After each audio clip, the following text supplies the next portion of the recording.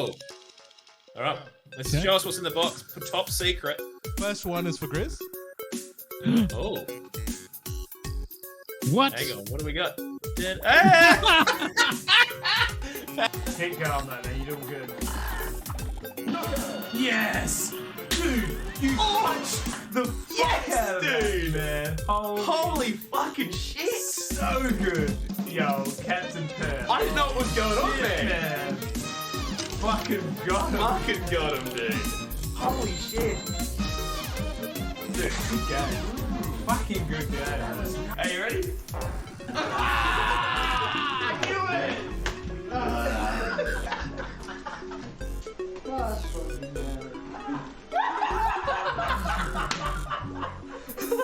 Cap, look at my fish. Oh, wow. My little bite. Ready? Bitch. Always steal those kisses from you.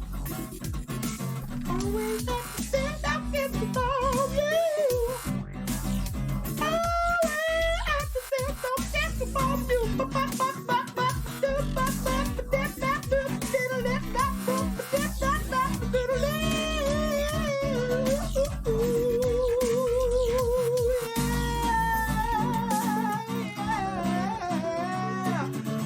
Oh, yeah, yeah, yeah.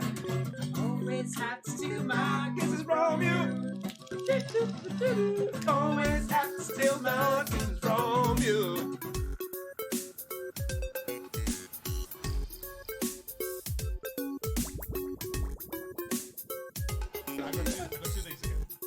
Oh. All right. Let's show us what's in the box. Top secret. First one is for Grizz. Oh. Dude, I've got that fucking. G'day, mates. Yeah, we're a bit late, so we just thought Hello. we can skip the starting scene. Hello, who is it? Now Hello. we're right on time. No, we're right on. You're right on time. Yeah, nice.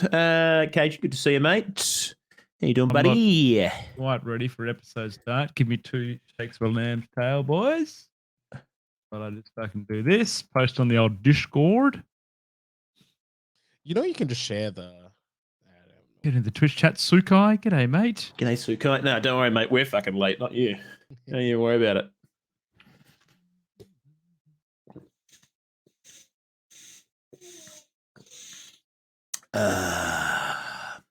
You're drinking. Oh, dude, I got one of those too, Water. Capo. I got The some nectar of fucking- life. I got some cordial in Yeah. there. Ooh. Is that a little Kmart special? Mine's from Kmart. Pretty sure, yeah. Does yours look Mine's got like some that on top? Dogs on it. Dude, it does actually. Holy I reckon shit. that's a Kmart special, mate. That is Wait, where's a your clip? fucking clip. Oh, looks like the clip's broken off. This is the next kid's Oh, yeah, there you go. lunch school bottle. Yeah. Twins. Twinsies, twinning. That's Twinning. cool. That is pretty cool. That is really cool, actually. Very, Big fan of very that. cool. Fuck. Caging run. Fucking have you finished Diablo 4 yet, mate? Done? Dusted? Yeah. Wrapped it You up? fucking finished it, mate. Completed it, mate. What about you, Cap? You completed it? I've just started Paragon, and I'm trying to get the potions and extra skill point per thing. I'm Actually, fuck, we should be talking about this in the podcast. Yeah, let's do it, mate. Let's fucking do it. Yeah, let's get in there, Yeah. baby. Again.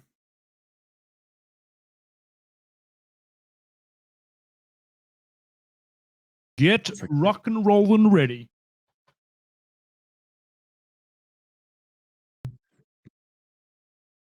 All right, see you, boys.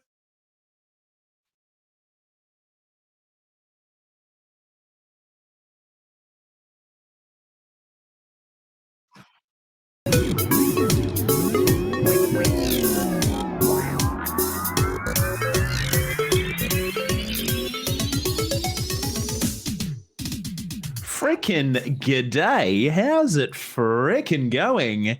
Great to have you here for another episode of the Oceanic Gaming Radio Podcast, OGR. This is episode 59. It is the 12th of the 6th, 2023.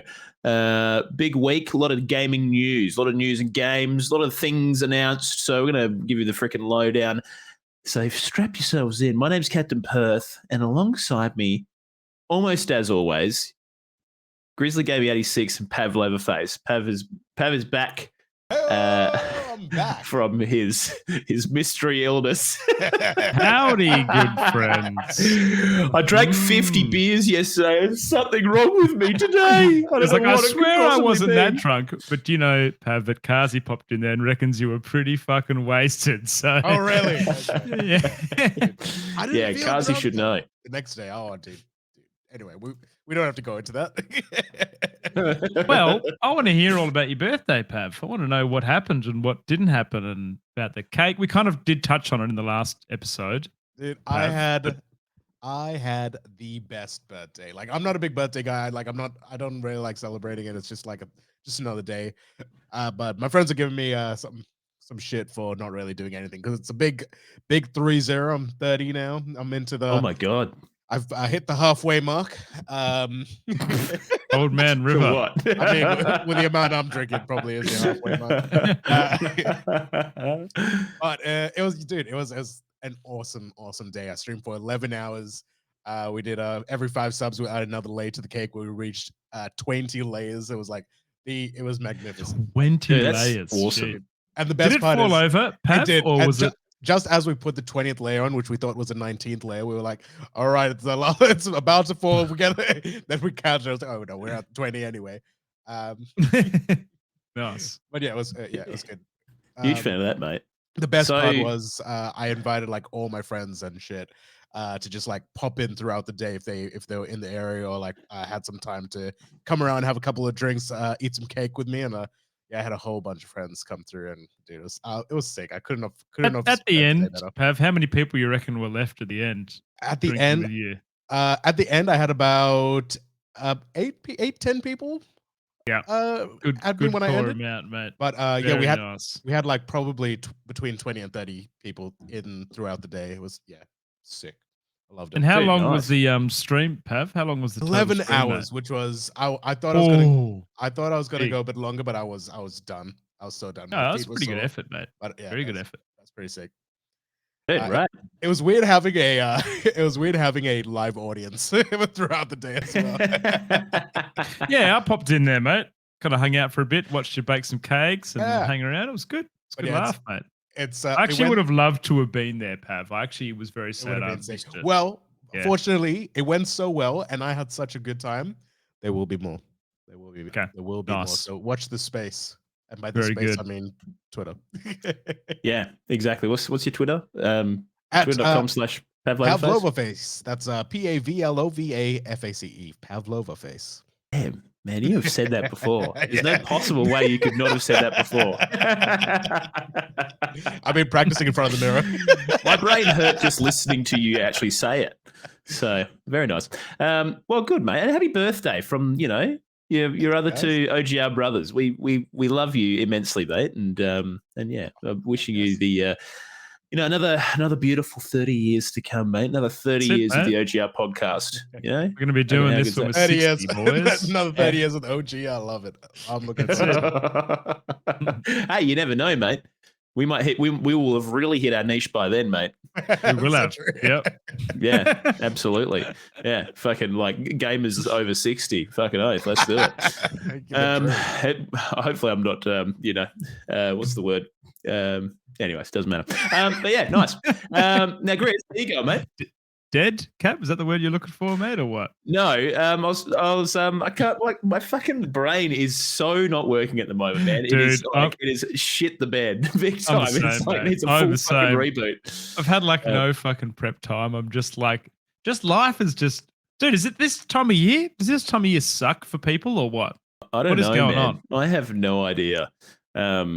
But yeah, I don't know. I think, well, I mean, me personally, I've been having some fucking like weird side effects from the ADHD medication I've been on recently. And so I've just been feeling massively garbo. So I Shit, think dude. that's probably what's causing mine. Plus also Mm. what's also exacerbating that is a small child of about 8 months old not sleeping very Yeah. well. Yeah, right. You know, you just can't, but you know, it's just fucking life. He isn't looks it? fucking cute though. Cap. He's got the He is seriously he's got fucking the cute. big old smiles going on, doesn't he? Oh yeah, dude, the kid never stops smiling. It's he's adorable. I bought him this little frog hat, like crocheted frog hat with these two big frog Yes, eyeballs. I've seen that. Yeah. It's fucking awesome, dude. What'd you call him? I A bought it- tadpole. A tadpole. Yeah, I That's laughed good for quality. about a solid half hour at that little pun. But anyways, but yeah, Mm-hmm. he's doing really well, mate. He's just cruising. It's just the sleep at the moment. But you know, I think it's just one of those things that it comes and goes and fucking whatever. You know, it's just tell how you it what, is. That's dude. babies. The fucking balance between personal life, work, and leisure time is a constant challenge, and it only gets Oh harder yeah, as you Yeah. become a parent and start picking up more responsibility at work. And it is like a fucking tightrope balance. But I'm real grateful for this podcast because it does break up the old Monday. Spend some time Yeah. with you boys and talk some video games. Get away from the seriousness of real life for a little bit. And Well, I'm That's grateful great. for it too, Grizz, because I think like ever since we had Ted, I think if I didn't have this podcast, I just wouldn't have a reason to keep my finger on the pulse generally in terms of gaming, and which is Absolutely. always Yeah. a big thing for me anyway, right? I've always liked to be on top of gaming news and just kind of, but just across the community stuff as well, and just being interested in what's going on. But I honestly think without this, I probably wouldn't have as much drive to, really get stuck into it, and I'll probably miss a lot of things. So, plus it's also, like you said, it's great hanging out with you blokes every Monday and have a bit of a chinwag over the week in our little Facebook chat and stuff. Absolutely, mate. But yeah, it's fucking what a wonderful little outlet for me and by the sounds, you guys as well. It's great. Love it, mate. Absolutely. And it's good to love share it with others. So, That's it, but yeah, sorry Capo. to interrupt you little. No, I don't remember what I was your saying, mate. monologue, Chris. I've been playing a lot of Diablo, so we'll get there if we get Oh. there tonight. I I'd think love what to- we'll do is we're going to do how's your gaming going out the gate. At the So, game, okay, yeah. all right. So I'm feel Mix it free. up a little I'm bit. okay to talk about the game, or what? Or do I Maybe go just through your wait? weekend first, and we'll All right, get mate. into Well, it. look. I took my kids to the farmers market on Sunday. Cap, that was pretty cool. Yeah. There was like a Yep. dude there that was a Mad Dog musician, just looping everything, and he sounded like who sings Little Lion Man? Oh, yes. Fuck. Uh, Yeah, Frick, what's their name? both got It dead was brains. not all but mine. Yeah, that's the one. On the Mumford line. and Sons. Yeah, he sounded like Mumford Mumford and and Sons, Sons. that's Yeah, the and he would like one. loop all the Thanks, shit. Jim. He was excellent, Yeah. mate. But we Oh, got some brilliant. we got some like gourmet cookies and like juices and some nice coffees. And then I had a gig on Saturday night as well with the band, regular in Leederville. I thought Jim might come down. He said he might, so I'm going to hold you to the next one, Jim. Get you to come and Ooh. watch a show, mate. Watch out, Jim. So- You've been held. You've been Held. helded ring. That's nice, mate. So how'd the was gig good. go? Good. Have you learned any new Mate, I songs reckon- recently? I honestly think, Cap, it was our best Tone Smith's trio show yet. So actually, it was a bit Wow. fucking awkward, dude. So there was a 21st in the same room we were playing in, right? And they were supposed to do a silent DJ. If you don't know what that is, you wear Yeah. headphones and everyone's dancing to different kind of music. So when we first started, there was a bunch of fucking 21-year-olds in the same room listening to headphones while we were playing. So it was That is so really fucking fucking weird. awkward, dude. It was like, oh, okay. And anyway, some people started like to kind of catch on that we were playing and they were actually pretty decent. They took the headphones off and all of a sudden we had this super fucking pumping dance floor of 21-year-olds going nuts. It was just great. It's just good. Oh, that's It was a wicked. good gig. That's cool. Yeah. Love it. Love it, love it, love it, mate. That's awesome. Well done. What about you, Cap? What's been going on? Not an awful lot, mate. I had a week off last week in between jobs. Kind of timed it so that I had a little kind of week to myself, so I could do a bit of pre new job research with the stuff I'll be doing, and When do you just start, a bit of time. mate? I start tomorrow. Is my first day. first Oh, it Dizzler. was So first fucking day. yeah, first day, so that's exciting. So kind of just cruised throughout the week. It was fairly uneventful for the most part. We did go to the zoo with Ted though. On what day was that? I think that was the Friday or the Thursday, one of the two. Can't remember exactly which one it was, but might have been Friday actually. But yeah, that was good fun. The only issue is because Ted being an 8-month-old, he's not been exposed to many animals apart from the cats at home. So he obviously wasn't aware of the fact that many of these animals at the zoo exist, firstly. But, when you go to the zoo, all the enclosures are they're mimicking the natural environment these creatures are from, right? So, and a lot of the time, those natural environments, they blend in with. So, Ted would be looking into the thing and be like, what are you looking at that big fucking rock for? It's like, mate, that's a rhino.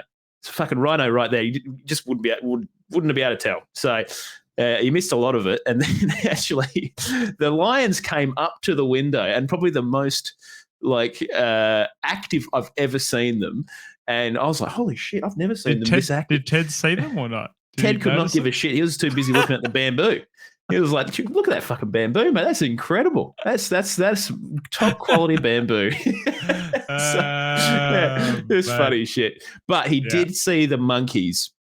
And he frothed on the monkeys. They're jumping around and real active and stuff. Much more active and probably a bit closer to the size of the animals he's kind of used to, etc. So I think as he gets a little bit older, he'll figure it out with the different animals and stuff there. And but it was still really good fun. And we ended up buying zoo passes because we thought, we'll just come here fairly regular because it's only down the road from us. Yeah, well, it was I think it was $90 for a zoo pass for one each. That's not bad. Yeah, okay. And we were like, okay, well, by the time we come 3 times in a year, we've paid that. So come and you 4 guys times. are relatively close to the zoo too. Mate, literally 10 minutes. Yeah. So, we'll go and do that. And, if you've got a pass, I mean, you kind of have no reason not to go. If you want to go for a bit of a walk, should we just go and have a bit of a cruise through the zoo? We'll take a little picnic kind of thing. So we thought, yeah, let's do that. That'll be wicked. So, pretty good. Yeah. So the zoo was great. But other than that, not an awful lot happened over the weekend. Caught up with a few mates and just though I hadn't seen in a while, and played some video gamales, which I saw you playing something random, Cap, on your Steam Deck through Steam. Yeah, okay. I think I know what it is. Maybe you can have a bit of a chat about it, eh? We'll get there. Yeah. Okay. Yeah. Right. The Hentai Paradise 7. Was that the one you saw? That's the one. Yeah, that's the one. Yeah. I don't even know if that's a real game. But that's actually one thing that annoys me about Steam, and I only just realized I could turn it off, was the amount of fucking sex and hentai games that are floating around on the Steam store. Dude, there is a shitload. It's insane. I can't believe how they're X-rated too, dude. I swear you see full fucking lot in there. Click the thing and you see a lot on the previews. But I figured out how to turn it off. If you look at Pav's Steam library, lots of good recommendations in there. Yeah. He actually gets in there and does the full reviews as well. So, you're getting a good product. And you can find the reviews at www.pavoloveryourface.com. Yeah, and that is my home screen when I open up my Google Chrome browser. But yeah, anyway, so I figured out the other day I can turn that shit off. So if anyone else is wondering, you just got to go into your profile, and I think you go to settings, and there's you can adjust the adult content thing, because I was like, I don't want to filter it, because I don't want to filter games like, say, The Witcher 3 that has sexual themes and stuff. But you can actually filter just the pure hardcore porn games ones, which is good. So good to know it can be done. FYI, if you're wondering. But yeah, anyways, speaking about gaming, Grizz. Yeah. How's your freaking gaming been going? Good. Dude, I've been playing so much fucking Diablo 4, Cap. Yeah. How much are we talking? Well, all my gaming, that's what I'm playing at the moment. All my gaming time is in Diablo 4 right now. I am level 53 hardcore. And I'm just kind of cruising along, loving it, mate, loving it. I nice. did my capstone dungeon the other day, and I'm into... How was it? Actually, not too bad, man. But I realized something like, fuck, man, I don't have enough mats, is what I'm realizing. So Yeah. I'm in world tier 3, and all these sacred items are dropping, which is like the next level up. And I've got a full set of legendaries from the normal difficulty, and I haven't got the mats to upgrade the legendaries to the sacred versions of those. So Oh my freaking god! I'm in this. Blizzard's got me, Cap. They fucking got me, mate. I have to go back into the older content, or at least something that's easier to grind some legendary mats. Oh, so that's I can do kind of that. freaking annoying, isn't it? Okay, so obviously the capstone dungeon is it's like the DPS check to let you into the next level of difficulty, right? Yeah, so it's your gateway into World Tier 3, and in World Tier 3, that's when the game changes quite a lot. So that gives you access to sacred items and also the big unique items, which are the legendaries on steroids, essentially. So that's kind of where the game Right. starts to take a turn, where you get all that end game loot and bits and pieces. Okay, hang Well- on. So there's unique items as well There are unique items, mate, which that are aren't like, legendaries, which are the orange ones. so legendaries are orange. The unique items are like a lighter orange. They're like a maroni brown color. Right. Okay. Yeah. And when Yeah. you say they're unique, you obviously can't make them or anything. I don't think you can make them, and I don't think you can extract the abilities on them, as far as I've seen. I've seen one. I'm not going to spoil when I got that, or when you get that, or when you may get that.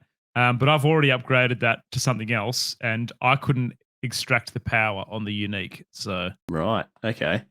Right. Interesting. Because I think I know the one that you've got, and I think I've got it too. But you got that? Yeah. yeah. Yep, Yeah, that one. but yeah, okay, interesting. Yeah, well, I mean, I've been pumping a heap of it too. So, like, have your thoughts changed on Diablo 4, Grizz? Like, what's your where you look, at? I've because I obviously didn't want to spoil anything. I stuck away from social media and stuff on it. I've kind of been paying a bit more attention to it now and what people are saying about it. People are kind of commenting that the end game is relatively shallow, I guess. And Yeah.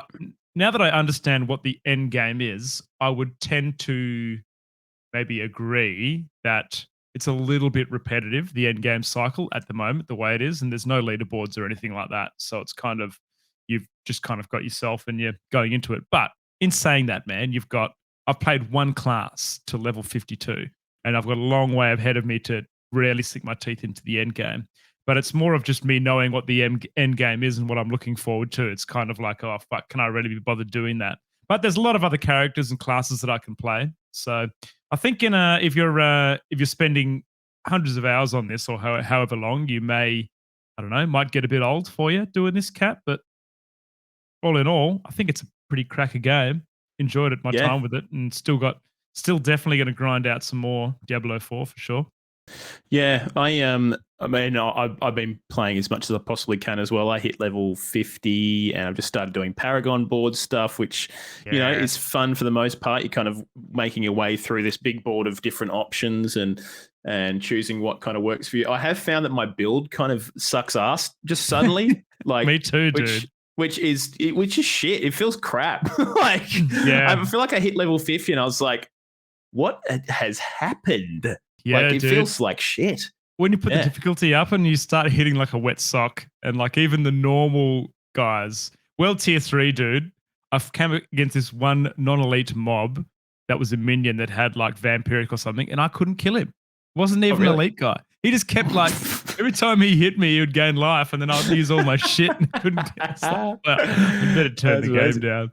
Yeah. Yeah. Okay. So- Yeah. Interesting. Yeah. Well, it's not that I can't do it. It's just I don't feel like I did earlier in the campaign when I was not creaming through it, but I felt pretty powerful. And there was little moments where I was like, "Oh, this is a bit of a challenge," but I'm still, just got to be a bit more careful.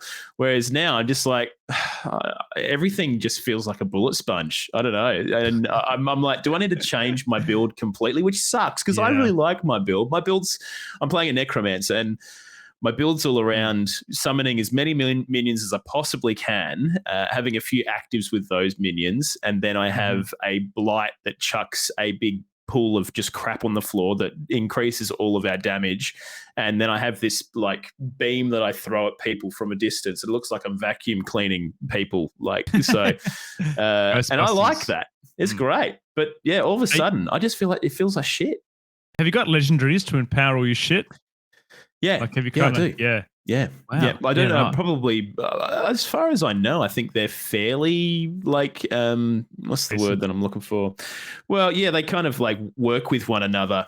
You know, Mm. they target most of my abilities or things that I actually use. So I'm not like using any sort of legendaries that don't actually give me nothing. Yeah. So I don't know. I think maybe there might be a power issue for me. Maybe I need to focus on getting a better Some new more weapon. shit? Yeah, because it took me a little while to really start pumping up my, I don't know, start focusing on my, what do you call it? What's the word? Freaking, like, I found it really Okay. difficult to actually break away from the weapons and armor I was using suddenly. Oh, you Um, upgrade your actual weapons and stuff. Yeah, because you kind of get used to them and you like the affixes and stuff on them. Eh? Yeah, and then But you like I- you get something that's like 50 like item levels higher, but you're like, Yeah. well, I don't like that affix. I don't like that one either. And so what's incentivizing me to change? Dude, You know what I I'm mean? finding at 52, right? I've got a bunch of these sacred items that have dropped that are significantly higher item level than the ones I'm wearing that are legendaries. But when I put them all on, my damage just drops out because I don't have those legendary affixes anymore. Like Yeah, they're okay. really important. Like the build that you build Yeah, around. well, you think using about some of those is- affixes, it's like, oh, I do 30% extra damage when you do this thing. And Yeah. it's like, well, Yeah. I'm doing that thing a lot. So if I don't have that 30% extra damage, you know, it kind of makes things a bit brutal. So I suppose the game's just constantly trying to find your ideal like build at that moment in time, which seems like you go through waves of that. But yeah, I don't know. I think, you know, that's probably my biggest gripe with the game at the moment is I just feel like my builds just all of a sudden shit the bed. But Yeah. but overall, like I have really enjoyed my time with the game. The campaign I thought was great. I really liked the campaign. The story good was storytelling. brilliant. Yeah, good storytelling for sure. Yeah. Yeah, I think, you know, there's a couple of nice little twists and turns, but one thing I definitely can commend the game for is really solid voice acting. The voice acting is superb. Absolutely. Definitely no cringe moments in there like in recent Nintendo IP properties that came out, you know, very recently, i.e. Tears of the Kingdom. But honestly, really, really solid game. And I think that they'll probably fix a lot of the end game stuff when, you know, seasons start rolling around. Absolutely. Yeah. I mean, there's going to be a lot of, presumably, look, they're going to have in July a battle pass that will go alongside a season.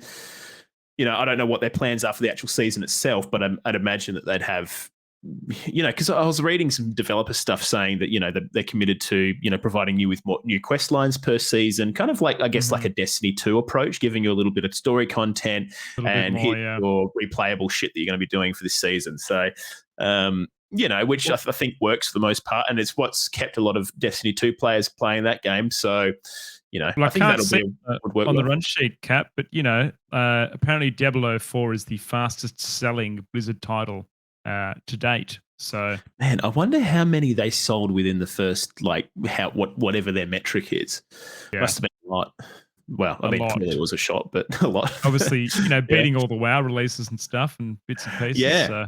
Yeah. Big Well, pogs. yeah, absolutely. So, and I was thinking, like, well, I suppose Overwatch, you know, I mean, Diablo's a different kettle of fish, though, right? Because you've got a lot of people with a real deep nostalgia for the Diablo game, so makes sense. Yeah. But yeah, I'm really still quite enjoying it. I think I'll find that my time with that game maybe slows down a little bit. Yep. But I am enjoying just jumping on, punching out a few quests. For the first season, because I'm kind of playing solo now, but I think for the first season, we'll try to get a good core people together and, you know, try to push the content together. I reckon be pretty fun. We've all had that taster and you can kind of, you know, experience it at a faster pace for sure. Yeah. Well, because I was kind of under the impression that they might have some kind of raid-esque content. Because I know guess there's world bosses, but I don't know what their plans are with the raid stuff. What do you reckon? Well, Immortal had raids. That's right. Yeah.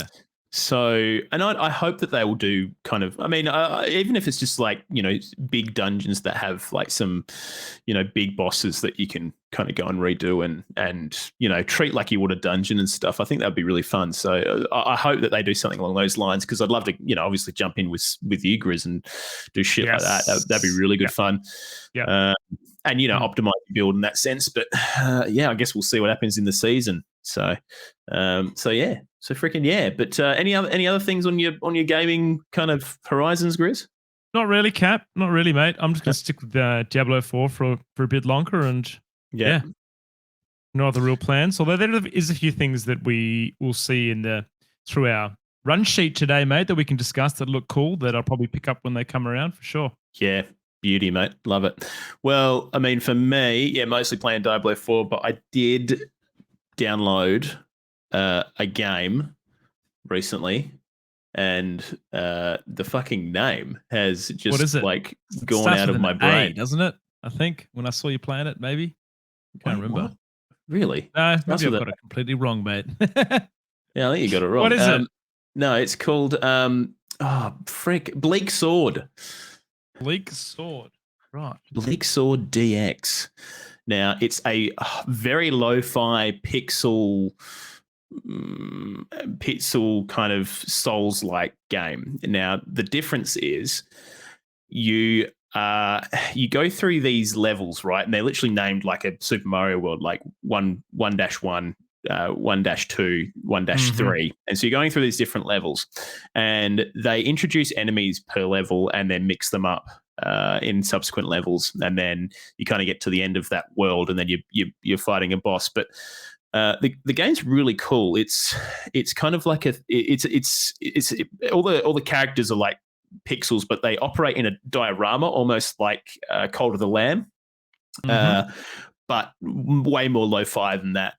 It's kind of got this kind of VHS kind of blurred kind of thing going on with its filtering, I guess, of the game itself. But yeah, the cool thing is this: you're kind of doing this in the diorama, and it's got very Soulsborne-y combat. You got a few main buttons, really, like movement, and then dodge, roll, and then attack. You can also parry and stuff like that. But yeah, so like I've done the first world, and in that world I was kind of introduced to these different monsters in each level. So you might fight a bat in the first one, and then you fight a bat and a wolf, and then you fight 2 wolves and something else, and kind of just slowly drip feed you different enemies. And in between each level, you will earn items that you can use to empower your character. You also earn experience points, which you can use to improve your attack and defense and stuff. But it's just a fun little kind of Devolver game. So yeah, it is a digital Devolver game. It does look very interesting, mate. Art style looks pretty funky, eh? Like the kind of 2D 2D, diorama, 3D thing going on. Yeah, it's definitely worth a bit of a inquest if you're yourself at home listening and you think that you're a bit of a Soulsborne fan. So yeah. Cap, I nearly forgot, mate. Fuck, it's like the most important topic that's not on the run sheet, mate. What is it? Brotato. Ah. Yes. Brotato's got some more content. There you go. Yeah. So if you're looking for the best game to buy on Steam, $8, Brotato. More What's content. The DLC, mate? What do we got on? I don't know what it's called, on the menu? There is more characters to unlock, mate. That's all I know. I think there's like 5 or 6 more characters to unlock. Are they just different types of like? They just different types of like potato related things. Yep. So you got French fry, and you got the fucking hash brown, and the potato scallop. They're all like whole potatoes, mate. Like the soldier potato and the fucking medic potato, and all the goodness, mate. Yeah, they're not leaning into the full potato lore universe. There's a lot more to be uncovered, Grizz. Wait until they find out about mashed potato. Yeah. Yeah, that's actually probably a little bit gruesome for them, actually, when you think about it. Maybe. So maybe we won't talk about that one on the podcast when Brotato comes on. But yeah, no, easy. Are you going to grab it, Grizz, and give another crack? Yeah, I've still got it installed, mate. I play it every now and then. Haven't played it for a couple of weeks now. It's because Diablo 4 is consuming my gaming time. Yep. But it's a good little need an extra, 15 minutes to play something different. It's good fun. Oh, mate, gorgeous. Nice. Well, I'm glad that your gaming's been going well, and I hope everyone else at home's gaming's been going well. So, yeah. But look, let's freaking dive into it, Grizz. Firstly, before we start, just say thank you so much for consuming and enjoying this podcast with us. We really appreciate you immensely, whether you're listening at home via Spotify, Apple, iTunes, whatever the frick it is. We bloody appreciate you. And if you are, we'd really appreciate a review and a cheeky 5 out of 5 stars. That would be freaking great.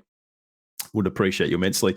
Also appreciate those at home watching live as we record this via twitch.tv/Oceanic Gaming Radio.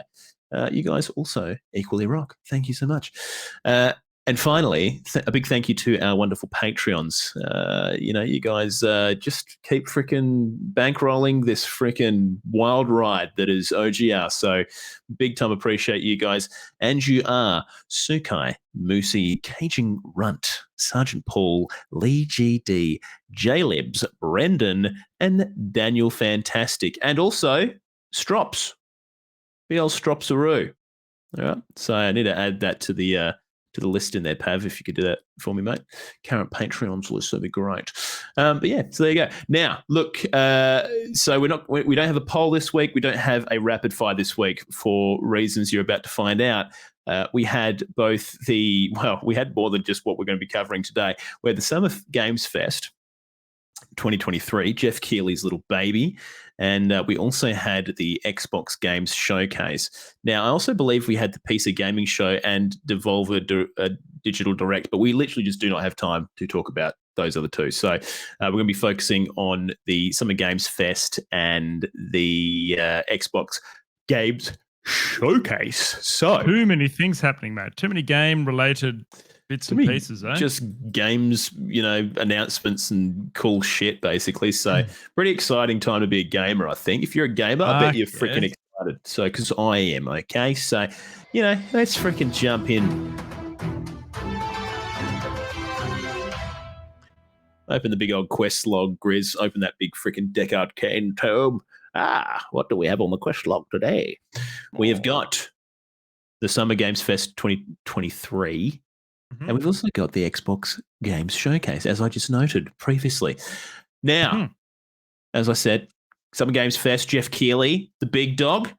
Jeff Keighley was, I actually saw a post, an article saying, I think he must have been asked whether he thought that he killed E3, which, I mean, Summer Games Fest and what Jeff Keighley's done recently has definitely had a hand with that. But yeah. Absolutely. He said that I think that E3's kind of killed itself, which I kind of agree with as well. So they didn't move with the times, did they, Capo? Particularly well. No, not really. And they just weren't able to iterate properly and probably were running a bit too hot in terms of price wise. So I guess ultimately it's hard to suddenly discount what you're doing to the people you're asking to pay the bill because you're like, well, why am I paying so much, before? So anyways, long story short, yes, E3's, I think E3 definitely killed itself, but I think Jeff Keighley might have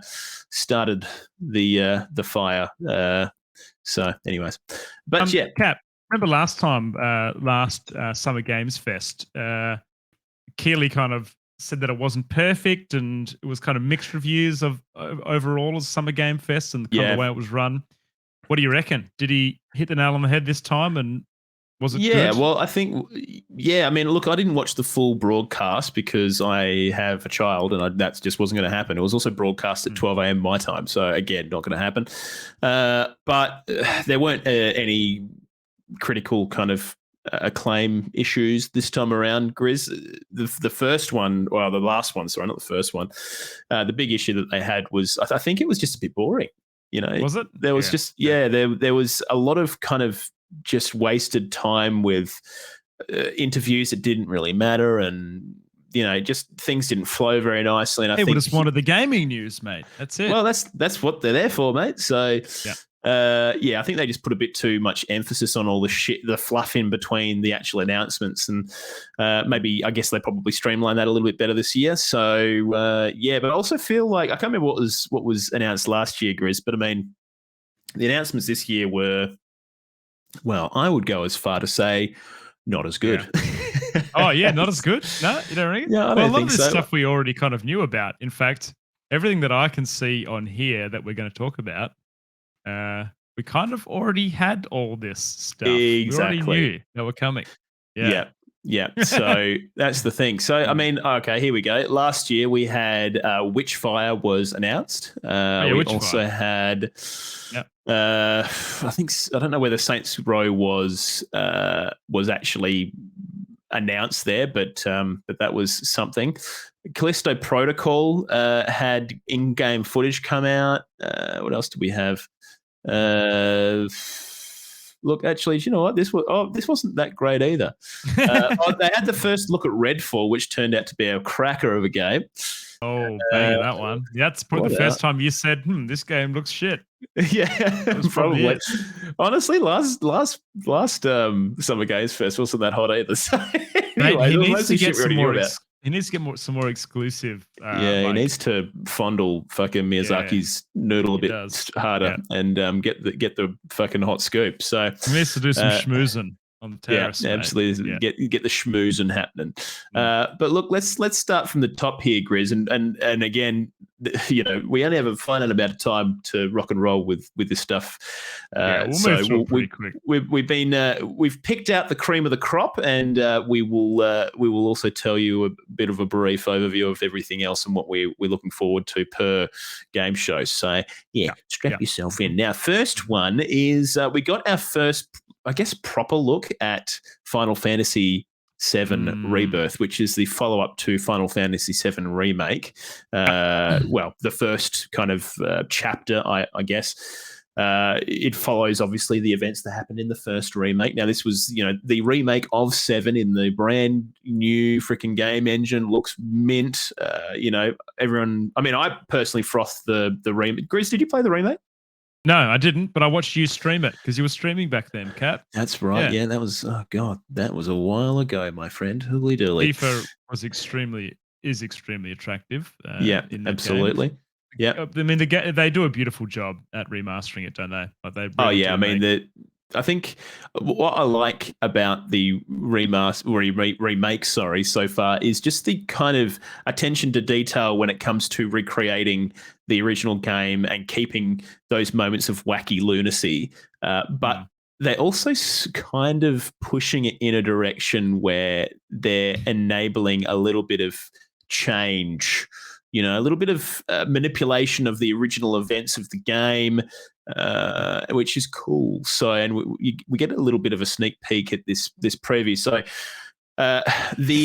presumably the next part of the kind of remake would be we go to the big continent that I can't remember the exact place that you go to, but you know the next once you leave that middle Midgar area and you do the Shinra building and all that, you go into your first kind of major open world area. So presumably that's where we're going next to go and do that. And then I think the big marker there is you go to, you know, the place where Cloud and I think Tifa grew up or something along those lines. So, and then you meet Sephiroth again, and I think that's probably roughly where they might end it again. But anyways, looks like, you know, we kind of got confirmation that this game's going to be maybe at least semi-open world, which is a little bit of difference to the first one. Yes, we see chocobos. We see see them. If there's chocobo riding, surely there's some open world nature like stuff. I think that's a fairly good, you know, prediction because, you know, you need chocobos to traverse the open world, right? So that's right, you do. Yeah, so it's going to be interesting to see how, I guess, the change in combat such that, you know, you're running into enemies that are populating the world in the remake versus you're running over grass and just kind of areas and then having kind of surprise battles here and there in the original.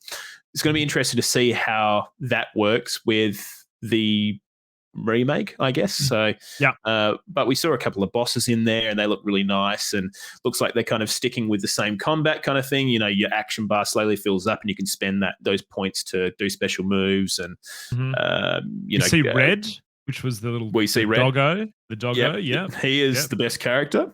Getting in there. So it's good to see him back. Do you think he'll talk, Cap? Does he talk? Yeah.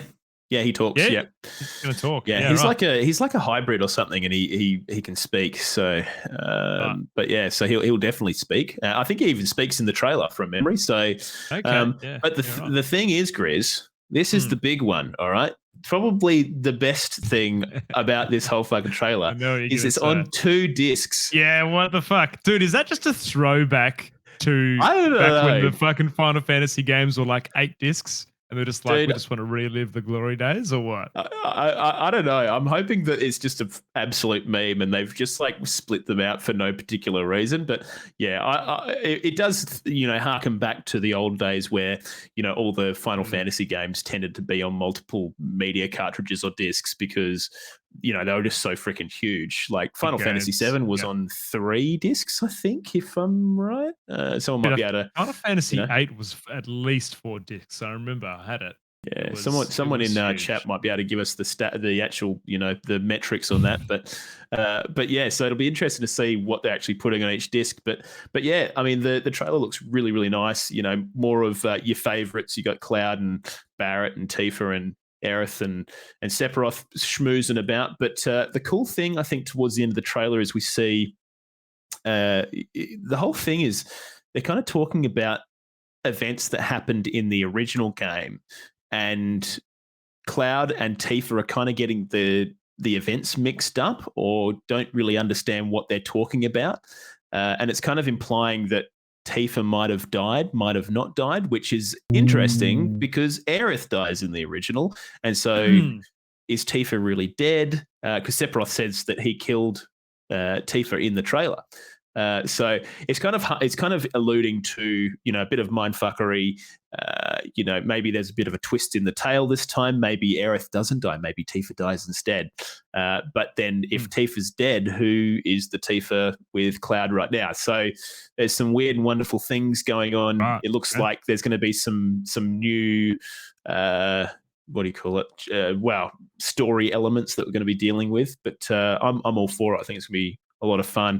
I think there's going to be a lot of parallel university shit going on, and bit of what was that movie with Nicolas Cage and Face Off? Face Off. Yeah, I think there might be some Face Off moments going on. So I'm Tifa. No, I'm Tifa. So Cap, we were both right. Travolta. Final Fantasy VII 3 discs, Final Fantasy VIII 4 discs. So very good. Yeah. So there you go. And that was huge back in the day, man. I remember thinking, Jesus Christ, as a kid, like that is out of control. So, but it looks really good. Grizz, could you see yourself maybe giving this one a crack? Probably not. No, I don't think so. No. What's your issue with it, mate? I don't know. It just doesn't appeal to me too much. I will probably watch someone else play it, maybe. Yeah. Okay. But I'm kind of one of those people that goes back to these games like years down the track and gives them a crack once I've run out of things to do. So yeah, maybe down the track I'll pick them up, have a crack for sure. Yeah. I think one thing for me, Grizz, is, and I kind of missed it from the last remake, was I really wanted a classic mode where it was kind of the turn-based combat, but it just doesn't really quite have that. It kind of had this weird hybridized easy mode thing that was sort of turn-based, but wasn't quite the same. So I mean, slow down combat or something, did it? Yeah, it just kind of slowed the action combat down, which wasn't really all that fun. But the action combat had a degree of tactical nature to it, but not as much as I would like. Interesting you want that, dude, because they really felt like people were wanting to steer away from turn-based combat.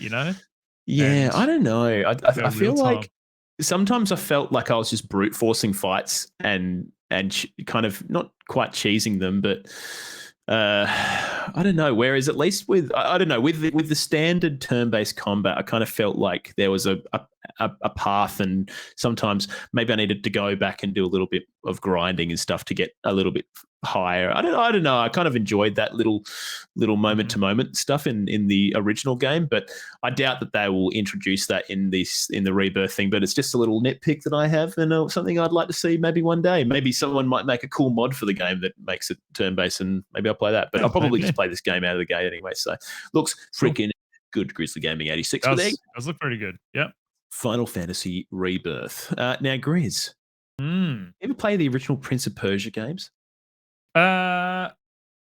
I did the very, very early ones, mate, back in the day. And actually, funny you say that because there was one that came out when I first bought a new PC, my first ever PC, and it was like what the game that came with my graphics card because it was like decent.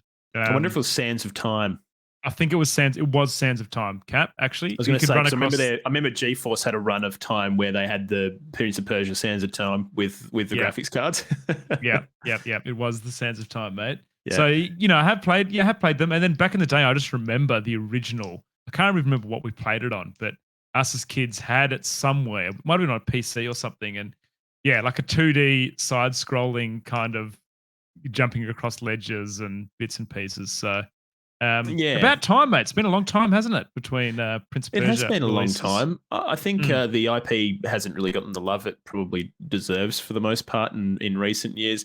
I think Sands of Time was a cracker game, mate. That focus on the, pretty reasonably good story, but also the aesthetic and the traversal elements of the game, kind of running walls across and stuff and things. It flowed really nice, backwards stuff. It felt great, and I think there's a lot of those elements that are in this new game. So it's called Prince of Persia: The Lost Crown, which was revealed. Ubisoft is working on this game, but I think the thing that maybe puts me off it a little bit, Grizz, maybe doesn't completely put me off it, but it just kind of makes me go, okay, interesting, is the art style is kind of like a mix between like Valorant and Fortnite. Yeah, I can see that. Do you agree? I do agree. It is, it's definitely, I don't know, I can kind of see what you mean. Art style is, actually does sway my decision to play games a lot, Path of Exile is a prime example. I don't play that because I don't particularly like the way it looks. But looking at this though, the platforming itself looks really nice, and it looks really fluid actually. So I guess to give people an idea of what we're looking at is it's a 2D side scroller. Well, not 2D. I mean, it's a 2.5D, I guess you'd call it, right? So it looks very nice. Like it's well animated, and it does have that hallmark of fluid traversal, but it kind of almost has that kind of like Metroidvania combat. Do you think, Grizz? I guess I've just realized what it is, Cap. Yeah, definitely Metroidvania stuff, mate. Yeah. So Ubisoft own Rayman, right? Yes. I can feel some of that in this game. I can like the. Do you know what? I know what you mean. I can't quite put my finger on exactly what it is, but there's definitely that. I don't know. It's almost like a feeling, isn't it? I don't know what it is. A little bit of saturated colors every now and then, and other bits and pieces. Yeah. Yeah. Just I don't know. It's quite a big deviation from the original games and themes. I would say it seems a little bit more whimsical this time around, and fantastical. So if whatever you expected from the original games, probably throw that out the window, because I mean it's kind of got that Persian, I guess, mythology and I don't know, like architecture and stuff going on, but it's definitely a lot different. So yeah, Grizz, I think Ubisoft has obviously been on the ropes for a little while. I honestly think this could be a good little re-entry into the realms of getting your shit together. People have been really enjoying platformers like this for a while. I mean, I know this isn't Hollow Knight, but kind of like 2D side-scrolling platformers based on combat have been quite successful. So if they do it right, maybe it'll be good. Could be good. Yeah, absolutely. I don't know how I feel about the actual Prince of Persia in this particular game. It just looks like a bit of a freaking mad dog. I don't know. Whereas I don't know. Maybe I need to hold my judgment, Grizz. I just need to hold my judgment and wait till the game actually comes out and maybe give it a crack. Presumably, this might be on Ubisoft's paid subscription thing, so might be able to get it at a cheap cost just to give it a bit of a crack. So, but you didn't hear that from me. It might also not be. So, but anyways, keep an eye on that one if you're a 2.5D side scroller fan with interest in parkour, combat, and puzzle solving. Parkour. There you go. Now, that's good, mate. Now, Grizz, we also got what else did we get? We got a. I just actually closed the run sheet, so let me just fucking sort that out. So you did skip past did. Lies of P. Did you want to talk about that one? Absolutely, mate. I didn't mean to skip over that, but yeah, let's jump into the Lies of P. So obviously, we already knew that Lies of P was happening and coming, and you know, we were getting really excited for it. Now they released an official release date trailer, so we now know that Lies of P is coming out on Grizz the 19th of September this year. Mate, I'm going to be out offshore when that drops. Oh, yeah? Actually, yeah, Fuck, I'm going to be out on Prelude. It has really good internet though, and maybe that is a good game I can play out there. I heard you're going to have an eye problem that day. An eye problem? Yeah. What? Yeah. What? Can't see yourself coming into work. That's right, mate. The only thing is I can't call in sick because I'm literally out on a vessel out offshore.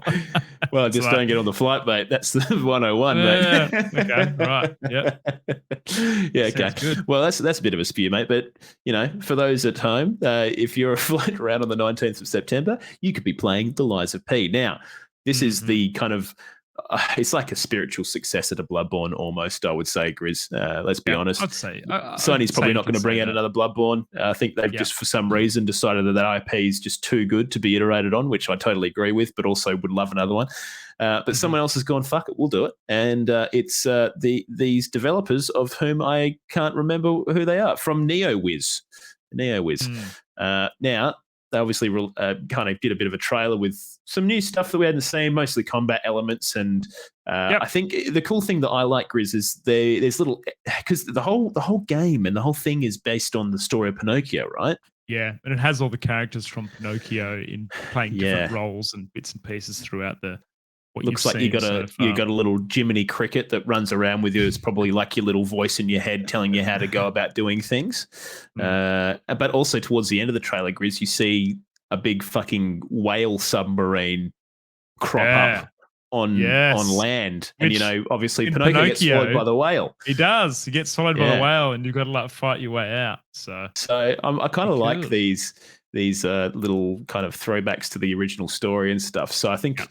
Look, I think obviously they're taking the story in their own kind of stride and putting it into new dimensions, but at the same time, they're kind of hearkening back to that original story and throwing those elements in. But the more I see Grizz, the more I just go, fuck, this is so Bloodborne. It's out of control. That first scene that we've just seen live on Twitch there, where he kind of opens the door. Throws the door open? Throws the double doors open to this derelict town. It is like, you know, they have really just painted the picture. It's almost one-to-one, isn't it? When Yharnam, you see they do the same thing in Bloodborne. Yeah. So, but the other cool thing about this, Grizz, is they announced that a demo is available. Well, as that release trailer came out on the 9th, which was, you know, about almost, well, what's that, 5 days or something ago? So 4 days.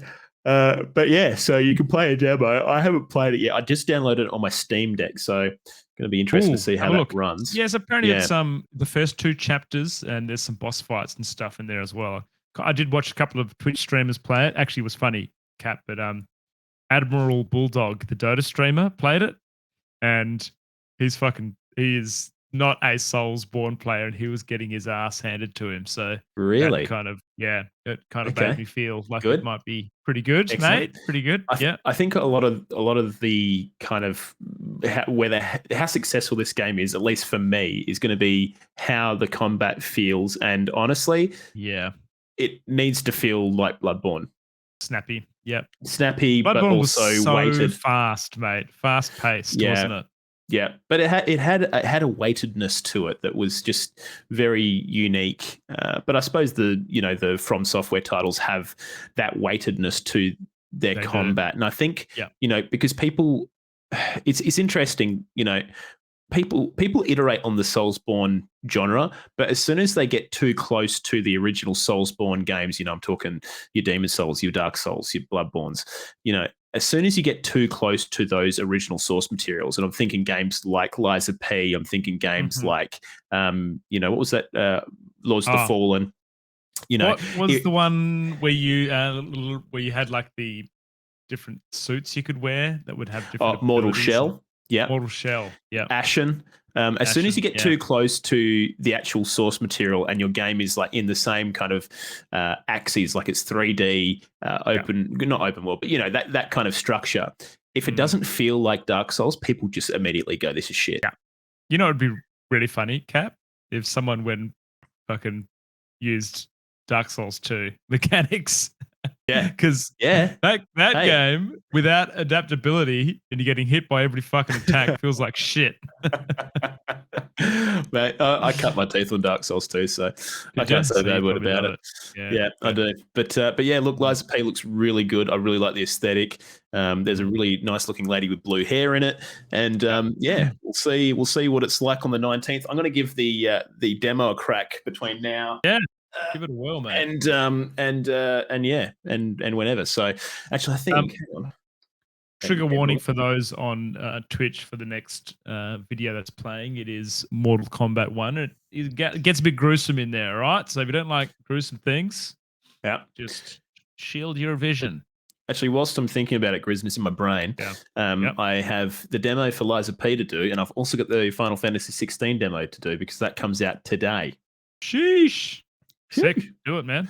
So, yeah, Pav just good. cringed because we did the sheesh meme again. Yeah, he doesn't like me saying that. No. But yeah, so anyways, there you go. Now, Grizzly, Mortal Kombat, we obviously knew that Mortal Kombat 1 was coming out. It looks like I don't know. It just looks like everyone's going back in time or some shit and parallel universes are crossing over. I don't know. It looks like one of those games. So I'm not a huge fighting kind of game man guy, but this game looks, you know, like another Mortal Kombat iteration. Mortal Kombat game. Insanely brutal. Very brutal. But there is some slight mechanical differences in this game, Cap. They've introduced this thing where you basically can call another fighter in to help you in the middle of battle. So you might be doing a combo, and then you can press a combination of buttons, and someone will come in to help you. I think it's called like there's a particular name for this. There are some other fighting games that do this, but I think this is pretty cool, man, because it allows for Mortal Kombat 1 to introduce some characters in the franchise that are loved, but probably not like main character material. An example of that is, I think, there's a character called Venom and a couple of others that will potentially be as part of this that you can use to do things. So slight change up. I don't think Mortal Kombat has ever had that assist kind of feature in their other games. So that'll be cool. Has Cap dropped out, has he? Oh, shit. He has. Well, anyway, yeah, Mortal Kombat 1 looks pretty good, I reckon. Dano will be losing his shit. But yeah. Pav, anything else to say? Oh, there, you're back. Welcome back, Cap. Sorry, yeah, my sound just like started going, like you sounded like you're going, and I was like, I don't think he's saying that. So just rejoin the call. But anyways, I'm back. Yeah, so I guess that's the big mechanic, Grizz, is just the companion thing. Yeah, companion thing, bring people in. There was also a cinematic trailer, mate, that we didn't get a chance to talk about that came out prior to this a couple of weeks ago. I think you might have been sick or something happened. Which was also very, very cool as well and very well done. But I don't know, Cap, like I bought Mortal Kombat 5 on my PC when it came out on Steam, and the netcode was absolute utter garbage and I couldn't play it online. And there was very little single player features at the time. So we shall see. So what you're saying is if the netcode ain't good, it ain't getting the Grizzly seal of approval. That's it. I do like the Mortal Kombat games. And remember the fight night we had with Dano and Co? That was good fun. Yeah, that was great. Yeah. But yeah, you're right, mate. I think, look, I mean, ultimately we live in an interconnected world of the internet. And so if your netcode ain't good, it's probably not going to go too well. So I think they're going to have to really look towards, pulling that off, basically, making sure the netcode's good. Because from what I hear, I think Street Fighter 6 is doing really well. Is it? Yeah, a lot of people loving that, huh? Yeah, really enjoying Street Fighter 6. And I would imagine, and I haven't heard anything about the netcode being bad, so I'd imagine it's pretty good. So, yeah. I mean, if all Mortal Kombat's got going for itself is the brutalities. The fatalities are just horrific, aren't they? Far out, mate.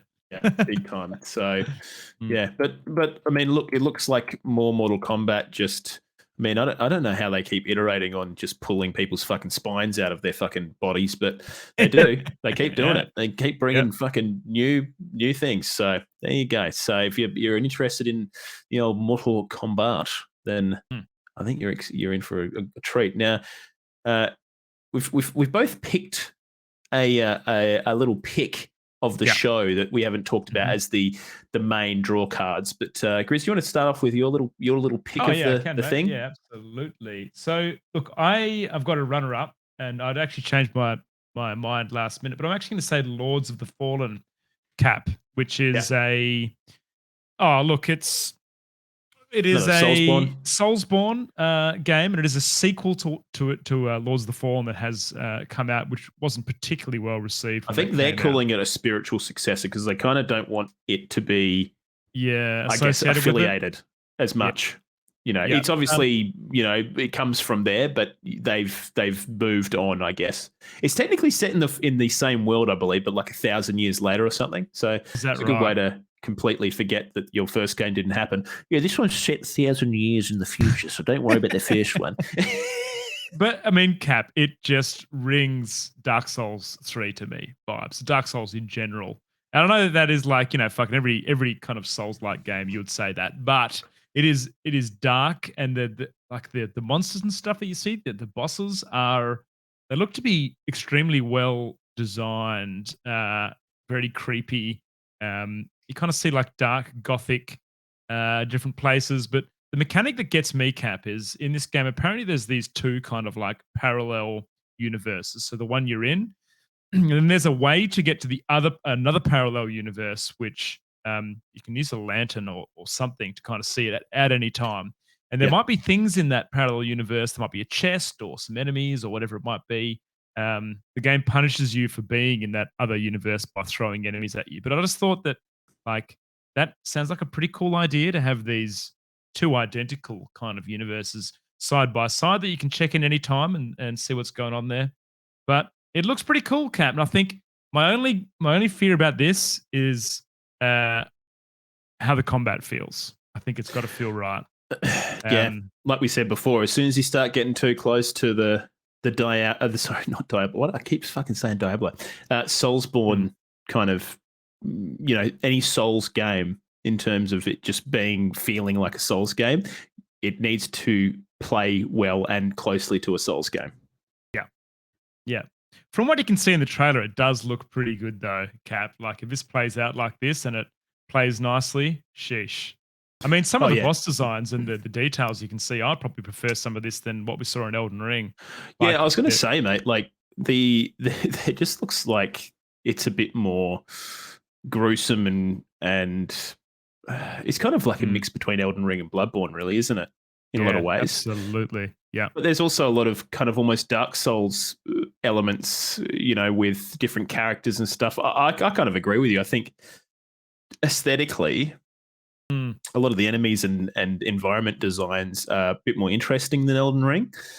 But yeah, I suppose it'll be interesting to see how it plays out. Now, I am curious to know, I guess, how the game progresses. Is it a more linear kind of Dark Souls style fashion, or is it a more kind of semi-open world thing?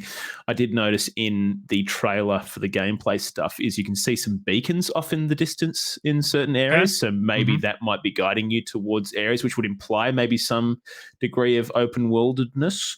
So that could be pretty cool. I mean, you kind of see it there in that shot there. Yeah. But, the big red beams. Yeah. Yeah. So I think if they could maybe do I don't know, like an open world that is kind of well put together and cherished and just like a really not like kind of like how I guess Assassin's Creed Mirage is doing things this time around. Is this just it's open world, but it's a smaller area. It's very curated. A bit more tailored to the game. Yeah. Yeah. Well, you don't want to have RPG bloat, do you? That'd be great. Yeah, but I do think the whole kind of living world and dead world thing that they've got going on with the mechanics, looks pretty interesting. So very interested to see how that plays out and I was very skeptical when I first saw the first trailer for this game, but my interest has been piqued. It's been peaked, in recent trailers. Gives I it think, to you? Mm. yeah, I think the only thing that annoyed me with the first two trailers is they had these random like metal songs playing that kind of diminished from the overall aesthetic and kind of trivialized it a little bit for me. And I was kind of like, are they kind of taking the piss out of themselves here? What's going on? Like, I don't really know. I don't understand why they're using this music, but I think maybe they just tried to take the edge off the trailer a little bit with the music choice. But this recent one, I don't think has anything like that. But yeah, we just see a lot of really cool looking shit and a lot of cool stuff. Some pretty cool coming traversal. 13th of October, Cap, so not far away, mate. Get it this year. Dude, 13th of October. Okay. Yeah. Well, I know I'm getting Ted for Christmas. Lords of the Fallen. There you go. Lords of the Fallen. Yep. Yep. So there you go. I'll give him a little pre-order. There you go. Looks Runner really up good. for me, and I'm not going to talk about it long, but we saw some more stuff from Path of Exile 2, Cap. So Diablo 4 is obviously the topic at the moment. Well, fuck, I hope they changed their art style for you, mate, because you won't be playing it. I had a look at it, mate, and it looks similar but nice. Probably a bit nicer. Mate. Yeah. Probably still not for me, but I know that a lot of ARPG fans would be very excited. So they're probably going to...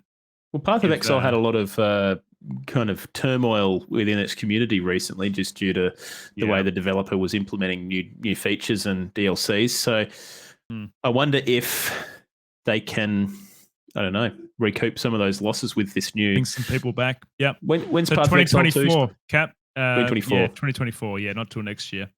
Yeah. Okay. I wonder if they've got an expansion for Path of Exile in between then, because otherwise, they're probably going to have a lot of people playing fucking Diablo 4. I reckon a lot of people have shifted across already. Yeah, I think you're probably right, mate. Well, yeah, excellent, mate. Well, what about you, mate? My pick of the rung was look, I was already pretty excited for this, but Warhammer 40k Space Marine 2. You'd be into this, yeah. So look, I've been reading a lot of the Warhammer books recently, and in all honesty, I've never really been interested in the Warhammer 40k universe at all until I started reading the lore, and I was like, fuck, this is pretty good. There's some pretty good fucking books in here. So I still don't love the 40k aesthetic of just like these huge power armor suits and stuff, but they're kind of badass, so they're kind of growing on me over time. So look, the Space Marine 2 trailers that had come out kind of recently hadn't shown an awful lot of gameplay, but we got a little bit more gameplay with this co-op trailer. Looks like we can play up to 3-player co-op. So that's pretty cool. 3-player co-op, mate.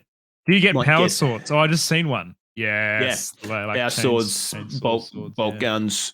Bolt guns, all the classic shit. So dude, it kind of looks a little bit like this looks a lot like Vermintide. It's definitely got a Vermintide kind of thing going on. But I think there's going to be much more story and I guess, like a campaign kind of single player element to it, but you obviously can do it in co-op. It won't be as much of a game as a service kind of online kind of thing like Vermintide and Darktide, but still the game looks really good. This is the kind of game, mate, where you'd organise a couple of blokes to come over, drink a couple of beers, and get a few tinnies going. Smash through it. Yeah, I might have to call up my old mate Mano, who I believe listens to the podcast. Dude, he would love this shit, wouldn't he? Yeah, big time. He got me onto the novels. So but there's a lot of Tyranid stuff if you are a 40k aficionado. Obviously Space Marine stuff going on.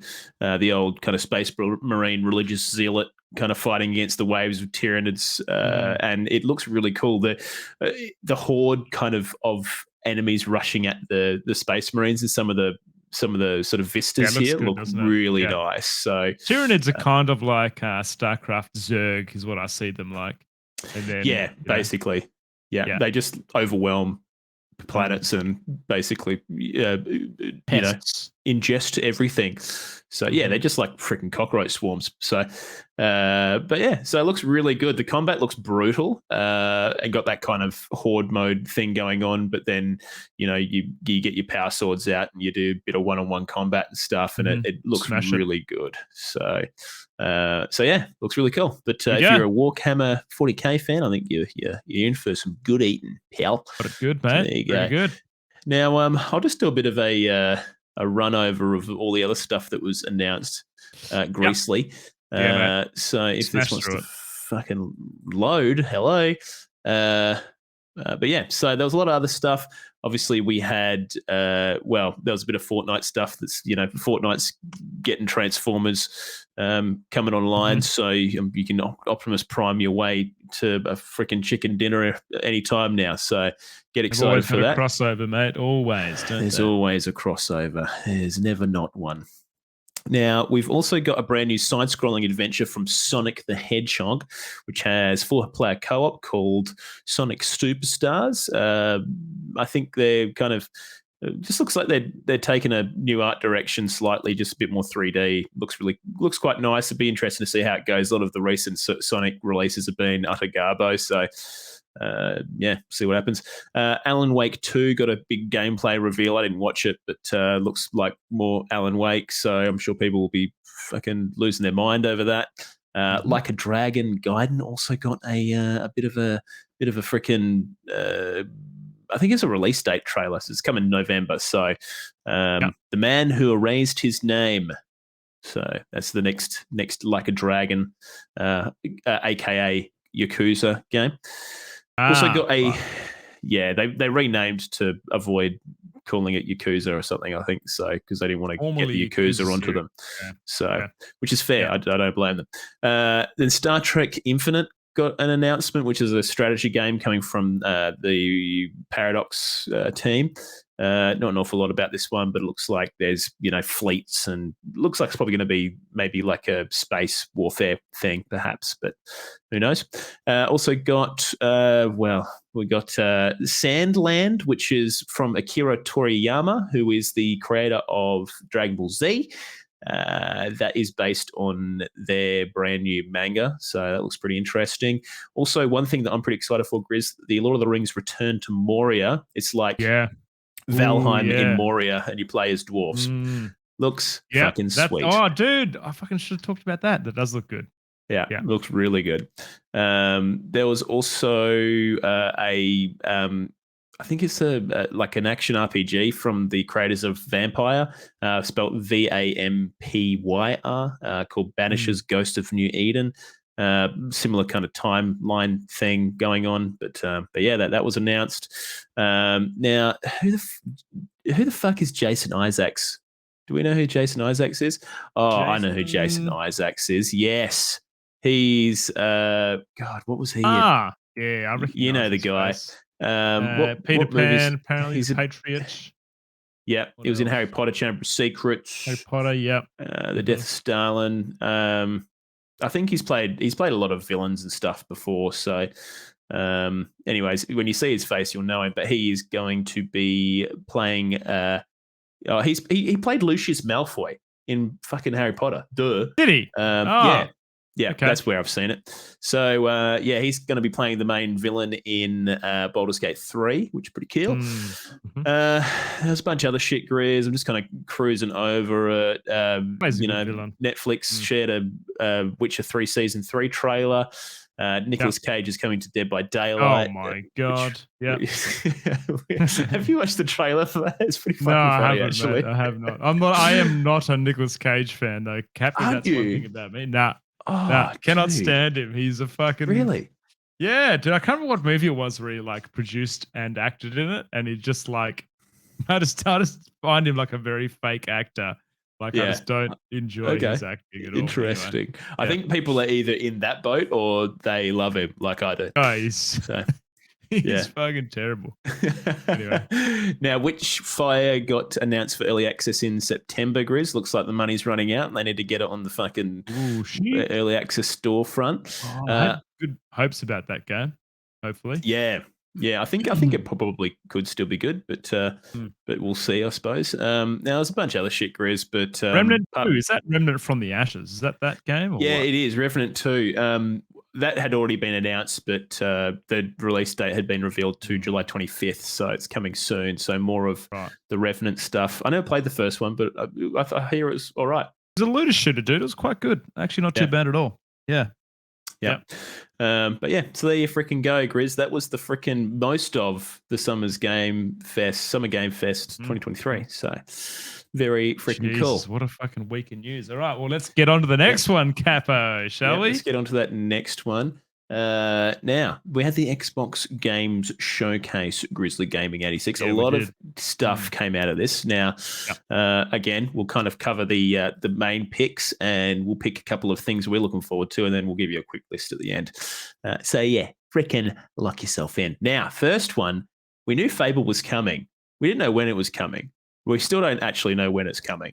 But we got a pretty cool trailer for the next Fable game.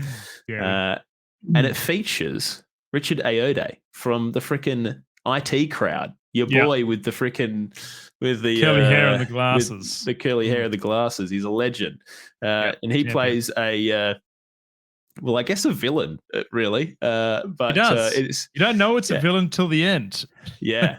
It's a really good trailer, worth a watch. It's got that classic Fable kind of, I guess, UK kind of humor, like comical kind of just wacky humor. There's references to, Chicken Chaser kicking chickens from the first game, but it seems like they're leaning quite heavily into, I guess, the classic fairy tales of ye old. Jack and the Beanstalk kind of features in this particular trailer, but yeah, it looks pretty nice. Dude, the animation is amazing on this, isn't it? They've done a Absolutely. really good job. It kind of reminds me of how well the Diablo 4 kind of pre-trailers were, but yeah, just fantastically done. And like you say, Cap, I found it's always kind of the original Fable games, mate, were actually quite dark in the storytelling, Yes, I think the underlying themes were quite dark, but they're covered with this kind of wacky, jovial humor. Yeah, exactly. And, you could play an evil character and you could be like, doing all sorts of awful things. But there was this kind of the art style mixed with the humor that kind of sat behind it all. So I think... I don't know, Kat, because there was in the Fable community, people didn't particularly like Fable 3. I don't think it was one of the good ones. So, I don't know. This gives me hope, mate. I really like the way they've kind of done this, built some hype about the franchise, and it's interesting. We've talked about this a long time ago, but using actors and them to sell games themselves to sell games is. Well, I mean, look at Cyberpunk, right? You got freaking. Oh god, Keanu Reeves and what's the other guy's name in the more recent one? I can't think of his name. But yeah, using actors. I mean, they even had Grimes in Cyberpunk, I believe. But yeah, it looks like they're trying to get to old Richard. But I think honestly, like. Richard Ayoade, he is perfect for this because it kind of it's his. I think he fits the humor quite nicely. So I hope he does show up prominently in the. I hope he does too, mate. That'd be fantastic. Yeah. Yeah. So, oh god, the guy I'm thinking of. What is his freaking name? Can't think of his name.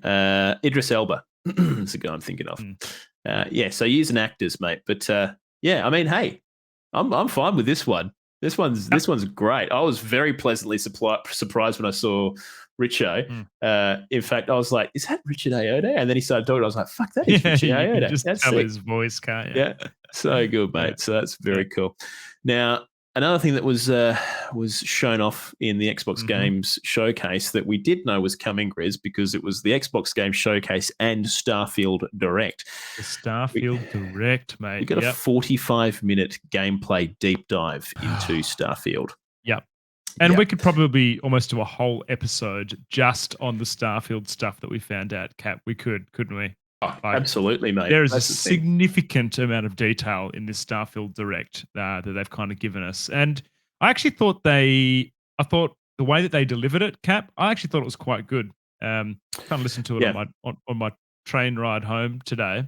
As you Yep. said, Grizzly, listen to this, mate. This is your homework.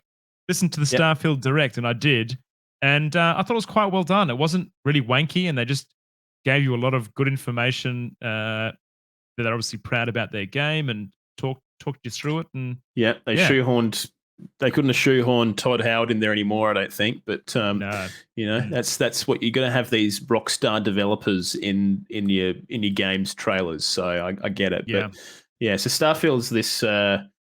Well, it's Skyrim in space, isn't it? That's pretty much what Skyrim it in is. space. Yeah. Yeah, I But- honestly feel some big No Man's Sky vibes too, Cap. Yeah, Especially do you in the know way what? that they're talking Based about on stuff what in I there. saw out of this direct, Grizz, I actually Yeah. think this is what I wanted from No Man's Sky originally. And I mean, it's going to obviously come down to how the game actually feels, you know, in the end, and whether it feels, I don't know, lived in and organic, and it doesn't feel like another fucking cookie cutter Fallout 4, just Mm. boring fucking Bethesda game. But we'll see what happens, and that's my personal opinion. Sorry if you don't like that at home, but I did not like Fallout 4. I thought it Not a lacked fan. life in general. I just thought it was very boring. And that was kind of the last major Bethesda title I'd played. So, anyways, Should if we get another one of those, I'm not going to be stoked. But I think if they can kind of, because what I saw was a lot of No Man's Sky stuff, which I like the Yeah. idea of No Man's Sky, but I just never really stick with No Man's Sky. And I think it's Well- because there's a story element missing. So if this can present that for me, I think this might be the No Man's Sky I've always wanted. Yeah, I potentially agree with you there, Cap. And like you kind of mentioned, it depends on the way it's delivered. You know, there's still some things that they talked about that kind of scare me a little bit. Particularly speaking about that there's over 1,000 planets, and you can fly to those in your own ship. And then a lot of those are procedurally generated, similar to the way No Man's Sky does with theirs. And I just worry that a lot of them will be meaningless planets that, you know, why Yeah. would you bother going there if there isn't stuff to do? And you know, I think you- that's you- definitely going to be probably the big problem with it.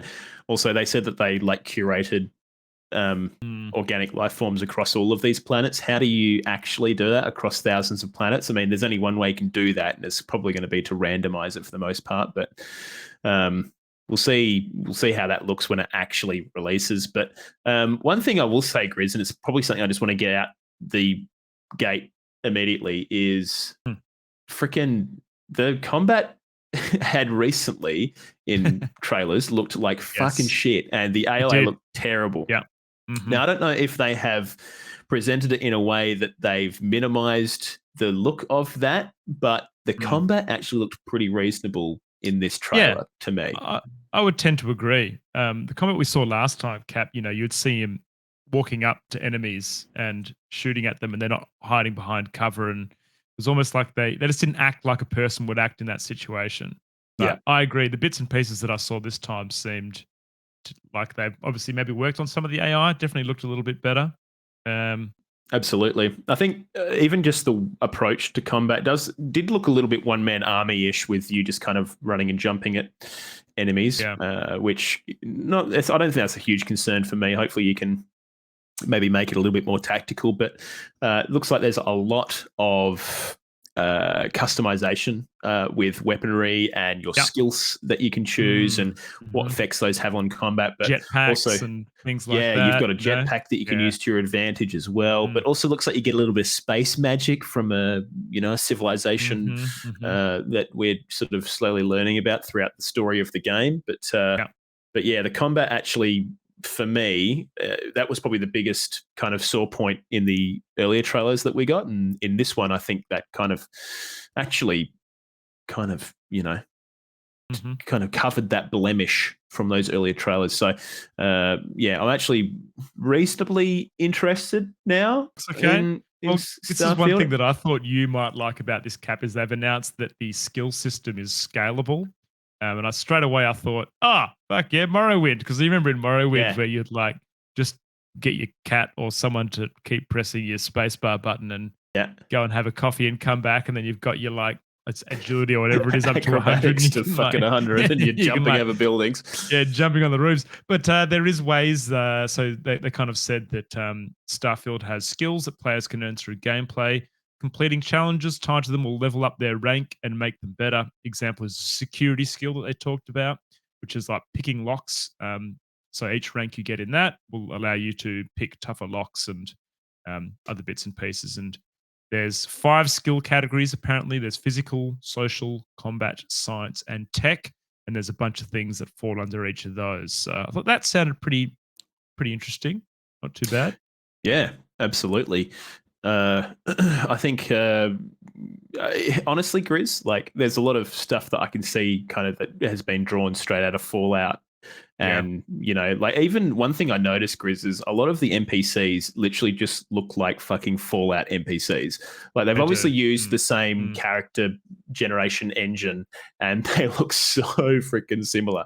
But one cool thing I saw that, you know, that they chucked in there, and obviously they highlighted it quite dramatically, was that one of the what do you call it? The talents is that you can have an adoring fan like you did in Oblivion follow you around and tell you how cool you are, but it's really freaking annoying. Yeah. So it's interesting little mechanics there, and you can reskill these talents, but it seems like each talent maybe has a different way to undo the talent. So it kind of implied that the way that you get rid of the adoring fan talent was to kill your adoring fan. Oh, yeah, right. So, you know, how does that affect, you know, say you're lock picking one? How can you get rid of that? Maybe you need to go and do something which could be cool. I guess a cool approach to respecking and reskilling if each skill has a certain way for you to undo you learning that skill, which could be cool. So, or it could be tedious. We don't know. Who knows? But the ship combat also looked pretty reasonable, Grizz. They did say that they kind of wanted to make it more, I guess, complex than just pulling your left and right triggers to, you know, fire your thrusters and lasers. Looks like it's a bit of a game of diverting energy to different ship systems, and you can also target different ship systems of your enemies and stuff, and that will have effects on the crafts that you're in battle with. You can even board them if you want to, and then you can keep the ship and do cool shit. So, but also the customization of what you can do with your ship as well, Grizz, looks pretty nuts. You know, there's all these different kind of modules and stuff you can chuck on your ship and upgrade, and it looked pretty in depth actually. So I think the time that they took to, because obviously there was quite a significant delay on this game, looks like maybe that was quite necessary to get all these systems kind of tweaked and looking a bit nicer. It looks like they've paid a fair bit of attention to world crafting as well. You know, I was speaking about the first town that you come into, and the vastness is, you know, it's the largest across their, you know, IPs in terms of the characters in there and the side missions and other bits and pieces they've designed as part of that civilization. So they try to put quite a lot of depth and make it actually feel like a city. So I think it sounds and looks pretty convincing, Cap. I think this is the best we've seen. And, you know, we should expect this because it's coming out pretty soon. But, yeah, definitely looks a lot better than the last trailer we saw. And I think it looks pretty decent. Yeah, I think if they can cut a 45-minute deep dive and, you know, make the majority of it seem, you know, pretty alluring for the most part. There wasn't anything that kind of really turned me off. Some of it looked a bit Fallout 4-ish that, you know, that's neither here nor there really. I mean, it just depends on how the game actually plays and how it feels, and whether the quests and stuff feel and, you know, are interesting. But other than that, yeah, I think if you can cut a trailer for that long and actually kind of maybe, oh, okay, interesting. Oh, very cool. Okay. Yeah, there might be something there, Grizz. So I guess we'll see. But, you know, this will presumably be coming out on Xbox Game Pass. So I guess we'll be getting this bad boy for free, my man.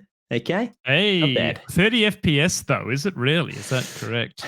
It is coming out at 30 FPS. Well, that's going to be on consoles, obviously. So it's going to be capped on consoles at 30 FPS. And Todd Howard was like, look, you know, this is the reality of these kinds of games, which, you know, yes and no. I guess it's hard because a game of this scale, I can imagine, would be very difficult to adequately tweak to ensure that it is running at a smooth FPS across all of it. He did say, look, sometimes it runs at 60, and sometimes it runs at 30. So we capped it at 30. So to give it a consistent FPS across the board. So I don't know. Ultimately, that will turn some people off. Other people won't give a shit. I mean, most console gamers, I don't think, are super concerned about the FPS as long as it's, consistent. Yeah. PC gamers will get whatever they can squeeze out of it based on their rigs. So, and that's just the reality of the games market that we live in. But it'll be interesting to see how well this game runs on, say, a PC versus an Xbox or a PlayStation, because we've seen some pretty dodgy freaking PC ports recently. Yeah, so, we have. Yeah. Will this game release nicely with a reasonable PC port? I guess time will tell, Grizz. But yeah, go and check out the Direct. There is a shorter version of the thing that IGN does. It's about 10 minutes, and they cut all the stuff together in a bit more of a quick fashion. But so you have to watch the full 45 minutes. But yeah, looks very interesting. Bit of space magic and alien kind of artifacts happening as well, Grizz, which I think is definitely a nice little way to string your players along. So yeah, I'm interested, mate. and especially interested if it's free on Game Pass, which it is. So there you go. All right, Big moving Pogs. along, Grizz. Avowed. Have you heard of this game before, Grizz? Never heard of Avowed. No. Okay, Give it well, to it's me. being What is it? developed by the guys at Obsidian, who did Fallout New Vegas. They did that survival game with the kids that got shrunk down in the backyard. Grounded. Fallout New yep. Vegas was also supposed to be the best out of the ones in that era. Absolutely. Right, it is Yep. the best. It's not apparently, it is. They also did Pentiment, which was that weird little side-scrolling kind of, 15th century mystery murder game. Very cool. But anyways, this is their take on Skyrim, as far as I'm aware. It looks very similar to Skyrim in a lot of ways. I'd say probably slightly more cartoony and vibrant. But it's kind of, it takes place in the Pillars of Eternity world. That's D&D, isn't it? Is that D&D? Yes, Pillars of Eternity? It might be Pathfinder. Maybe. You're right. I think you're right, Cap. I'm not 100% sure on that one. You might be correct, but the Pillars of Eternity kind of universe and world is where Avowed takes place.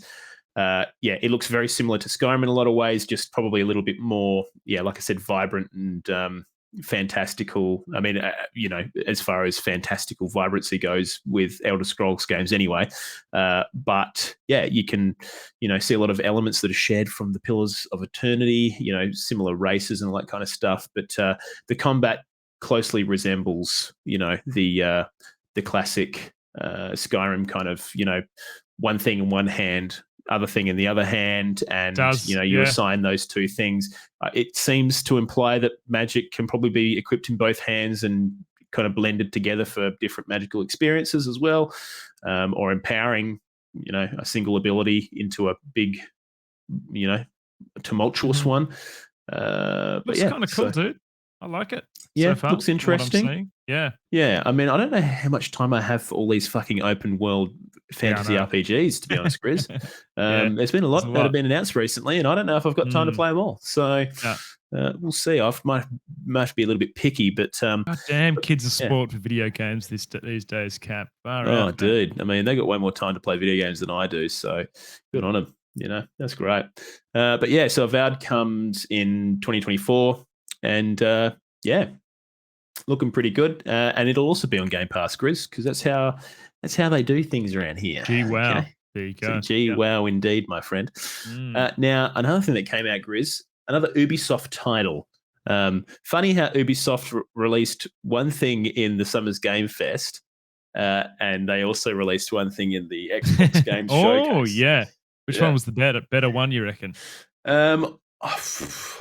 We didn't. So this one that they've announced is called Star Wars Outlaws, and it follows a. I can't remember what her name is. Solo?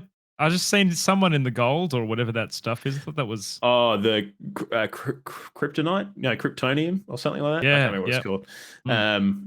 Yeah, I think the protagonist has kind of a Han Solo-esque kind of thing, but yeah, this isn't a gameplay trailer. This is like a story trailer, I guess, kind of introduces you Okay, to looks the pretty world. cool, dude. Yeah. Yeah, it looks like your character's an outlaw on the run from bounty hunters, and we don't really get an awful lot more than that. You have this little cute ferrety-looking animal that runs around with you, and yeah, you look like a quick talker, you know, kind of Star Wars, kind of, I don't know, ruffian, kind of almost a Han Solo-esque kind of thing going on. But yeah, we don't really know what it is. We haven't got a gameplay trailer yet. It is being touted as the first Star Wars open world game, I believe, which is interesting because, well, you know, the recent Star Wars Jedi Survivor game was semi-open world. So I guess, you know, fuck those guys. Fuck those guys, exactly, But man. yeah, so, but yeah, it'll be interesting. I don't know. We don't really have an awful lot apart from this story trailer, which looked pretty cool. Looks like you're running around. Reckon Ubisoft can do a good job of this, Cap? I It's don't interesting know, because Grizz. they scrapped a shitload of IPs, right? When was this? Like 6 months ago. And this one Yeah. obviously didn't make the cutting block. So they must have thought that this is obviously one of the I think better ones they having had. like however they managed to get a Star Wars IP and work on it, I think that's a keeper, obviously, because you know the Star Wars IP and genre is, you know, a banger. But I would imagine that they'd be held to a pretty high quality kind of, you know, as they did probably with this Mario Rabbids stuff. You know, so I imagine it's probably a difficult development, but hey, I guess we'll see how it goes for Ubisoft. They need it, let's be honest. So Straight can Jacket pull it Jim off. has just said we'll know more about it in the coming Ubisoft Forward tonight, Cap. So that's something there else to you talk go. about next Another week, fucking mate. show that is happening. So yeah, Yep. interesting. But yeah, so there you go. What was that Yeah, called? mate. Star Wars Outlaws. So keep an eye Yeah. on it if that interests you. I think it's set between Empire Strikes Back and something else. Maybe I'm wrong there, but yeah, I think I cool, man. swear Kylo Ren was at the beginning or something. But anyways, maybe I'm. To be honest, I'm so out of touch with a lot of Star Wars shit these days. I wouldn't have a fucking clue what's going on because I don't have time to watch TV shows, Grizz, and there's a lot of them. Between lot of them. Empire and Jedi. Okay, interesting. Thanks, Jim. Legend. But there you go. Now There you go, mate. we've come to the part of the show where we give you our picks of the showcase, Grizz. So I'm going to go first this time. I Okay. have chosen Check yours. a little game called. Sorry, mate. Sorry to fuck things Got it. up for you. No, all over it, mate. I've chosen a little game called Immortals 33. I've stayed 33 blind to Immortals. this, Cap, so I'm just watching this trailer. I'm listening to you for the first time. Yeah, well, this Looks- is a co-op action roguelite game. It kind of looks a little bit like Hades, actually, Dude, but kind I of feel a bit more- Hades vibes big time. Yeah, definitely Hades So vibes. far. It's by a developer called Thunder Lotus, and yeah, it's kind of got that top-down. Oh man, it looks really cool. Yeah, it's pretty rad. Looks like a very difficult, arduous game, but the little gimmick is, Grizz, is you can have co-op with up to 33 other players. What? How? Yeah. 33? Yep, 33. That's Gee, why look it's at 'em called going 33 around. Immortals. Fuck, man, that's Yeah. hell cool. 33 So- player co-op. Yeah, so I don't Well, know. you know I hope what's- it scales, but yeah. You know what it could sucks, be pretty Cap? cool. Yeah. What I haven't sucks? got 33 friends, so I don't know what I'm going to Yeah. do, mate. I don't know what we're going to do. We'd have to. I guess we won't be able to play the game, mate. That's it. Hey, we're out. But yeah, I thought that the gimmick sounded pretty cool. How that actually plays out in the actual game, well, I guess we see it could be a pain in the ass, but Yeah. could also be really rad. So looks like I'm hoping that the difficulty is quite egregious to the point where it's super difficult and you almost need 33 players Dude, because that could you be know really what'd be- rad. What would be sick if you're the last one left out of the 33 and you get a successful run? How much adrenaline will you have when that happens? I don't Exactly. know, man. That Yep. seems pretty cool. I can Yep. definitely feel the Hades vibes, even just the aspect behind, but also the art style a little bit. Cap kind of reminds me of it too. Absolutely. Yeah, I think it looks interesting. Yep. So that's Have my we seen pick. Have we seen anything from this dev before? Is this what are they? Thunder Lotus. Under Lotus. I don't. The name doesn't ring a bell. Oh, they did Spiritfarer and Sundered. Oh, and also Spiritfarer. Jotun. Yeah, okay. Yeah, That was so quite I highly mean, those regarded. are those. Completely different game though, wasn't it? Spiritfarer. Oh yeah, big Like time. Yeah, absolutely. Yeah. But yeah, so they've done a fair bit. They've got a fair few games under their belt. So and yeah, pretty tried and true developers. So could be interesting, Cool Grizz. cool one to stream. Get your Twitch chat involved. Yeah, absolutely. Yeah. Yeah. So looks pretty fucking cool. Okay, mate. There you go. But yeah, Jim. Yeah, Jim's just noting. For some Game Pass, 100% should be able to get 33 people Yeah. together, which 100% agree. I'd imagine to be on Game Pass if it's in the Xbox Game Showcase. I'd imagine all of the games in the showcase hopefully will be on Game Pass, which means let's freaking get all your 32 other mates together. Let's go. So Let's do it. yeah. Yep. Anyways, Grizz, what was your pick, mate? Cap. Hellblade 2: Senua's Saga by Ninja Theory. Now, interesting story on this one because this game was announced in 2019 at the Game Awards, and they made us wait for 2 years until we saw a gameplay trailer in 2021. Here we go again, nearly another 2 years later. We finally have a release date on this game.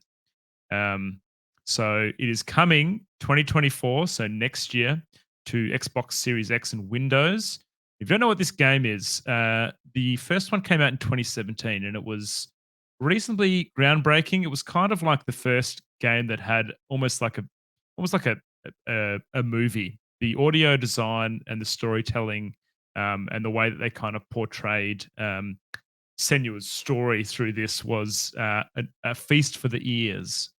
Got reviewed and highly regarded as being quite groundbreaking in that respect. The audio design was amazing, and so are some of the other stuff. So there's people have been waiting for news on number 2.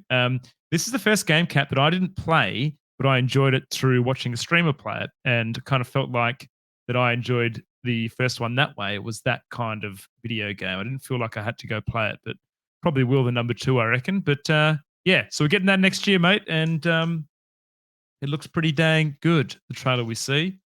Absolutely. Looks like a bloody movie, mate. Looks that nice. Oh yeah, it's actually kind of nuts.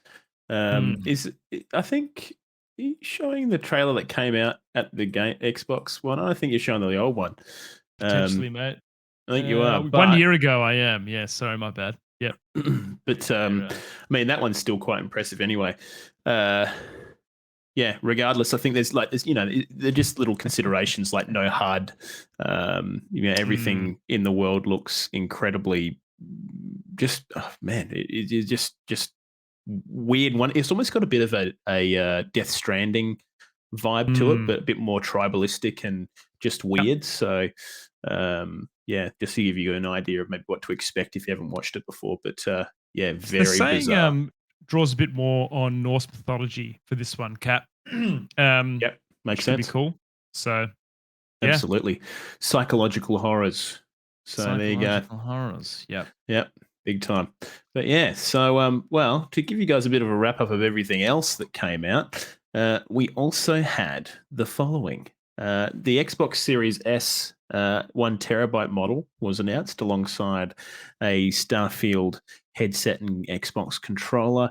We had a game called Clockwork Revolution, which looks like a first-person action RPG. Kind of got a bit of a clockwork kind of what do you call it? Freaking steampunk thing going on. Bit of kind of Bioshock, I guess, esque stuff. We got the Forza Motorsport. Got a release date on the October 10th. So apparently the game turns 10. Oh no, it's made by Turn 10 and it comes out in 10/10. So yeah, very funny. Anyways, Microsoft Flight Simulator 2024 is coming out next year. Got a bit of a trailer, and I think they also showed off the fact that I think the Ornithopter from Dune is coming to Microsoft Flight Sim as well. So I think that's the current flight sim though, not 2024. So just FYI. Also got a game called South of Midnight, which is what was being made by the people who made We Happy Few. If you remember that game from a while back, it was not very well received, but everyone was hyped as fuck for it, and it turned out to be not amazing. But this is like a kind of set in the southern bayous of America and kind of all that folklore and stuff that kind of focuses around that. So that's the kind of thing going on there. We got a thing called Towerborn, which is made by the guys that do the Banner Saga series. It's pretty much more of the same, I think. Like it's just kind of that. Oh no, it's not. It's kind of like a. I don't even know what you call it. Like action adventure game, I guess. Just swinging freaking swords and fighting enemies. It's a little bit more whimsical and fantastical than the Banner Saga stuff. So there's that. Also got a City Skyline. Please pre-order me soon trailer. Yep. You interested in City Skylines? That's for number 2, Cap, isn't it? City Skylines 2, isn't it? It is number 2. Sorry, mate. Yep, 100%. Dude, I didn't play number 1. I'm not a big Sims person, but no, neither. Like, I know the City Skylines games are insane in terms of the details. You've got to keep in mind they look kind of cool, man. Kind of cool. Not my jam. Absolutely. You got to think about like sewerage and water runoff and all that shit and power and. I think it goes quite deep on the actual city planning aspects, which for some people that is going to be amazing. It's the kind of game I guess you could play for virtually ever if you really wanted to. So pretty cool. What else we got in here? There's a bunch of indie stuff that's coming out. Some sort of dungeon crawling games, such as the Dungeons of Hinterberg. Also got a 3D adventure game called Just Ant that Justant, I guess is called, which is kind of like a climbing game. It actually looks kind of cool. You're kind of just climbing a mountain and there's like civilizations on the mountain and you're just kind of running into them and doing shit.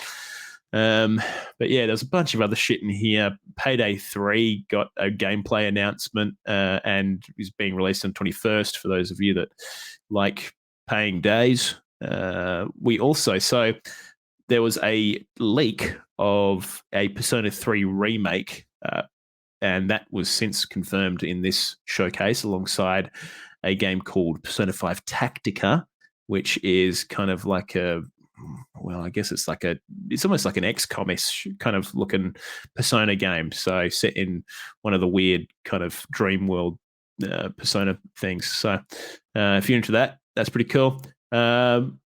Otherwise, other standouts as part of this sort of overview, Grizz, Monkey Island is coming to Sea of Thieves. I reckon that is a good crossover, mate. Piratey, That's a ripper crossover, mate. That is a fucking awesome one. So I reckon that could be pretty cool. Yeah, absolutely. Well, there's a bit of kind of comedy already in Sea of Thieves, I guess. So kind of leaning it pretty hard into the comedy aspect, which I think will go quite well. And just as a final one, Grizz, first-person narrative horror game called Still Wakes the Deep from the creators of Amnesia.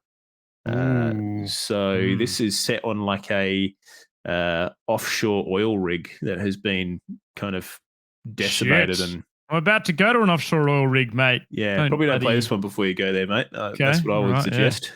Okay. So, it looks like it's been overrun by some kind of weird and wonderful monster or monsters. So scary business, Grizzly. Very scary. Atmospheric and kind of traversing maybe some survival elements, but traversing this kind of slowly decaying oil rig, and I guess you got to fucking get off there, mate. So yeah, looks cool. But pretty cool, mate. Yeah, Grizz, I think that was the Xbox Games Showcase. So yeah, and I mean that's kind of the show. That's the show, mate. Fucking did it. That's it. How did we go? The Pat, winner. for timing? Hour 45. So we're on the money. Pretty much. Yeah, you beauty. Yeah, more or less. Yeah, that's fucking good.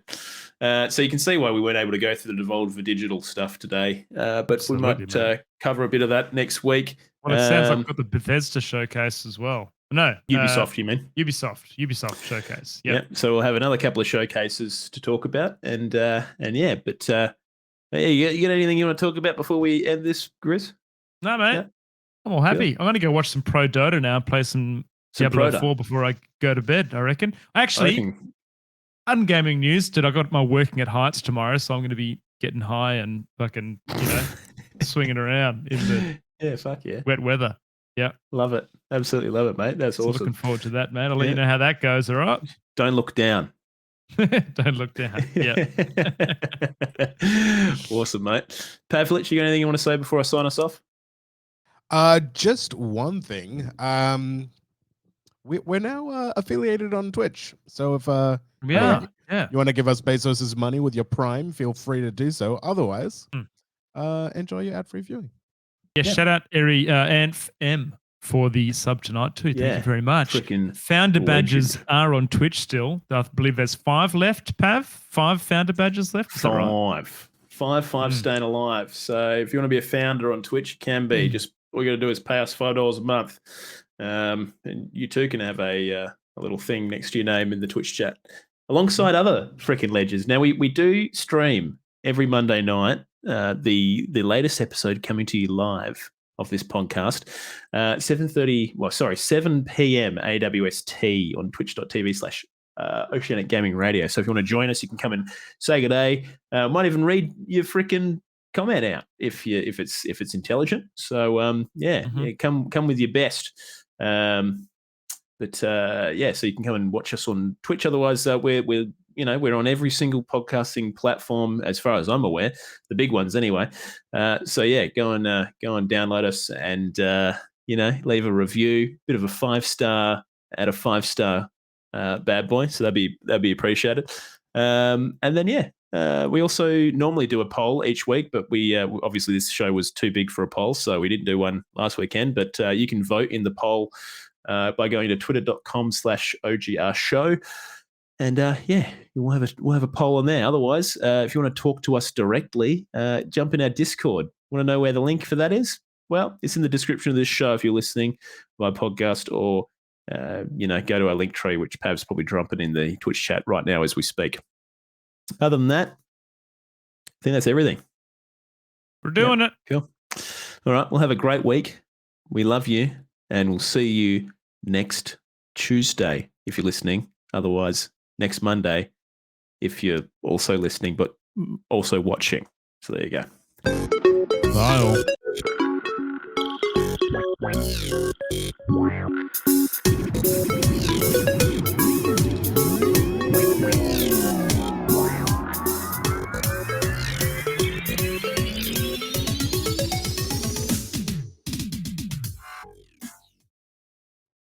Look, I'm impressed you kept it under 2 hours. Yeah, I told you we'd be all right. How long was it? Lot of information there. 151. So it's fine. Okay, it's not too bad. That's pretty good. Absolutely fine. Sick. We did it. Frick yeah. Killed it. Titles, boys. What have we got? Something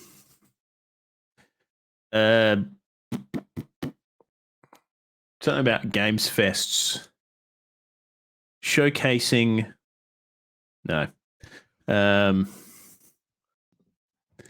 All the hot and I don't know, fucking Summer Games Fest versus Xbox Games Showcase. yeah. Even though we didn't compare the two, but yeah. Absolutely not. Yeah, let's do that. That's good. Why not, Matt? Look, We should've. Yeah. I feel Let's like go. we are well and truly over putting accurate titles. That is true. Yeah, we are. Accuracy is not our Clickbait. forte. Clickbait, baby. All right. Paging's got it. So Eddie's does got it? Jim. Yep. I'll think about a raid target, boys. Who are we thinking? I was trying to What? have a look. We don't have it. Oh, sorry. I don't really know anyone online at the moment, so happy for you guys. Kellosaurus is streaming. Oh yeah, do that. Otherwise, Rorks Pav, is you got streaming. anyone? Dota bloke. Um, Takalaf is playing D4. Mm-hmm. I'm easy, boys. You guys choose something. I reckon I'm bet. Have you pass pick out. one tonight, mate? You pick one. Go for it. me pick one. I pick one every week. Yeah. Okay. Fuck. You want me to pick one? Yeah, you pick one. Pick Go on, one? do, All do right. someone new. Do someone new. Someone new. All right. I'm going to send you Oh. to my what? Oh, no, man. Huh? Nog? We had All a right. sub just go take it to Nog. I don't think we've rated Nog before. He's a good guy.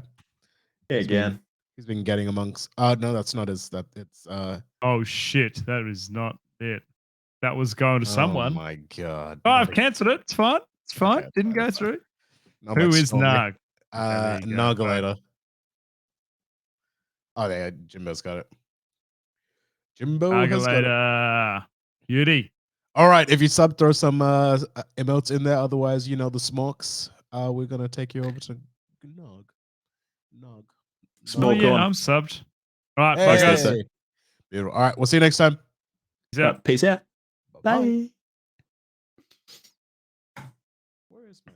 This is it. There you go. No.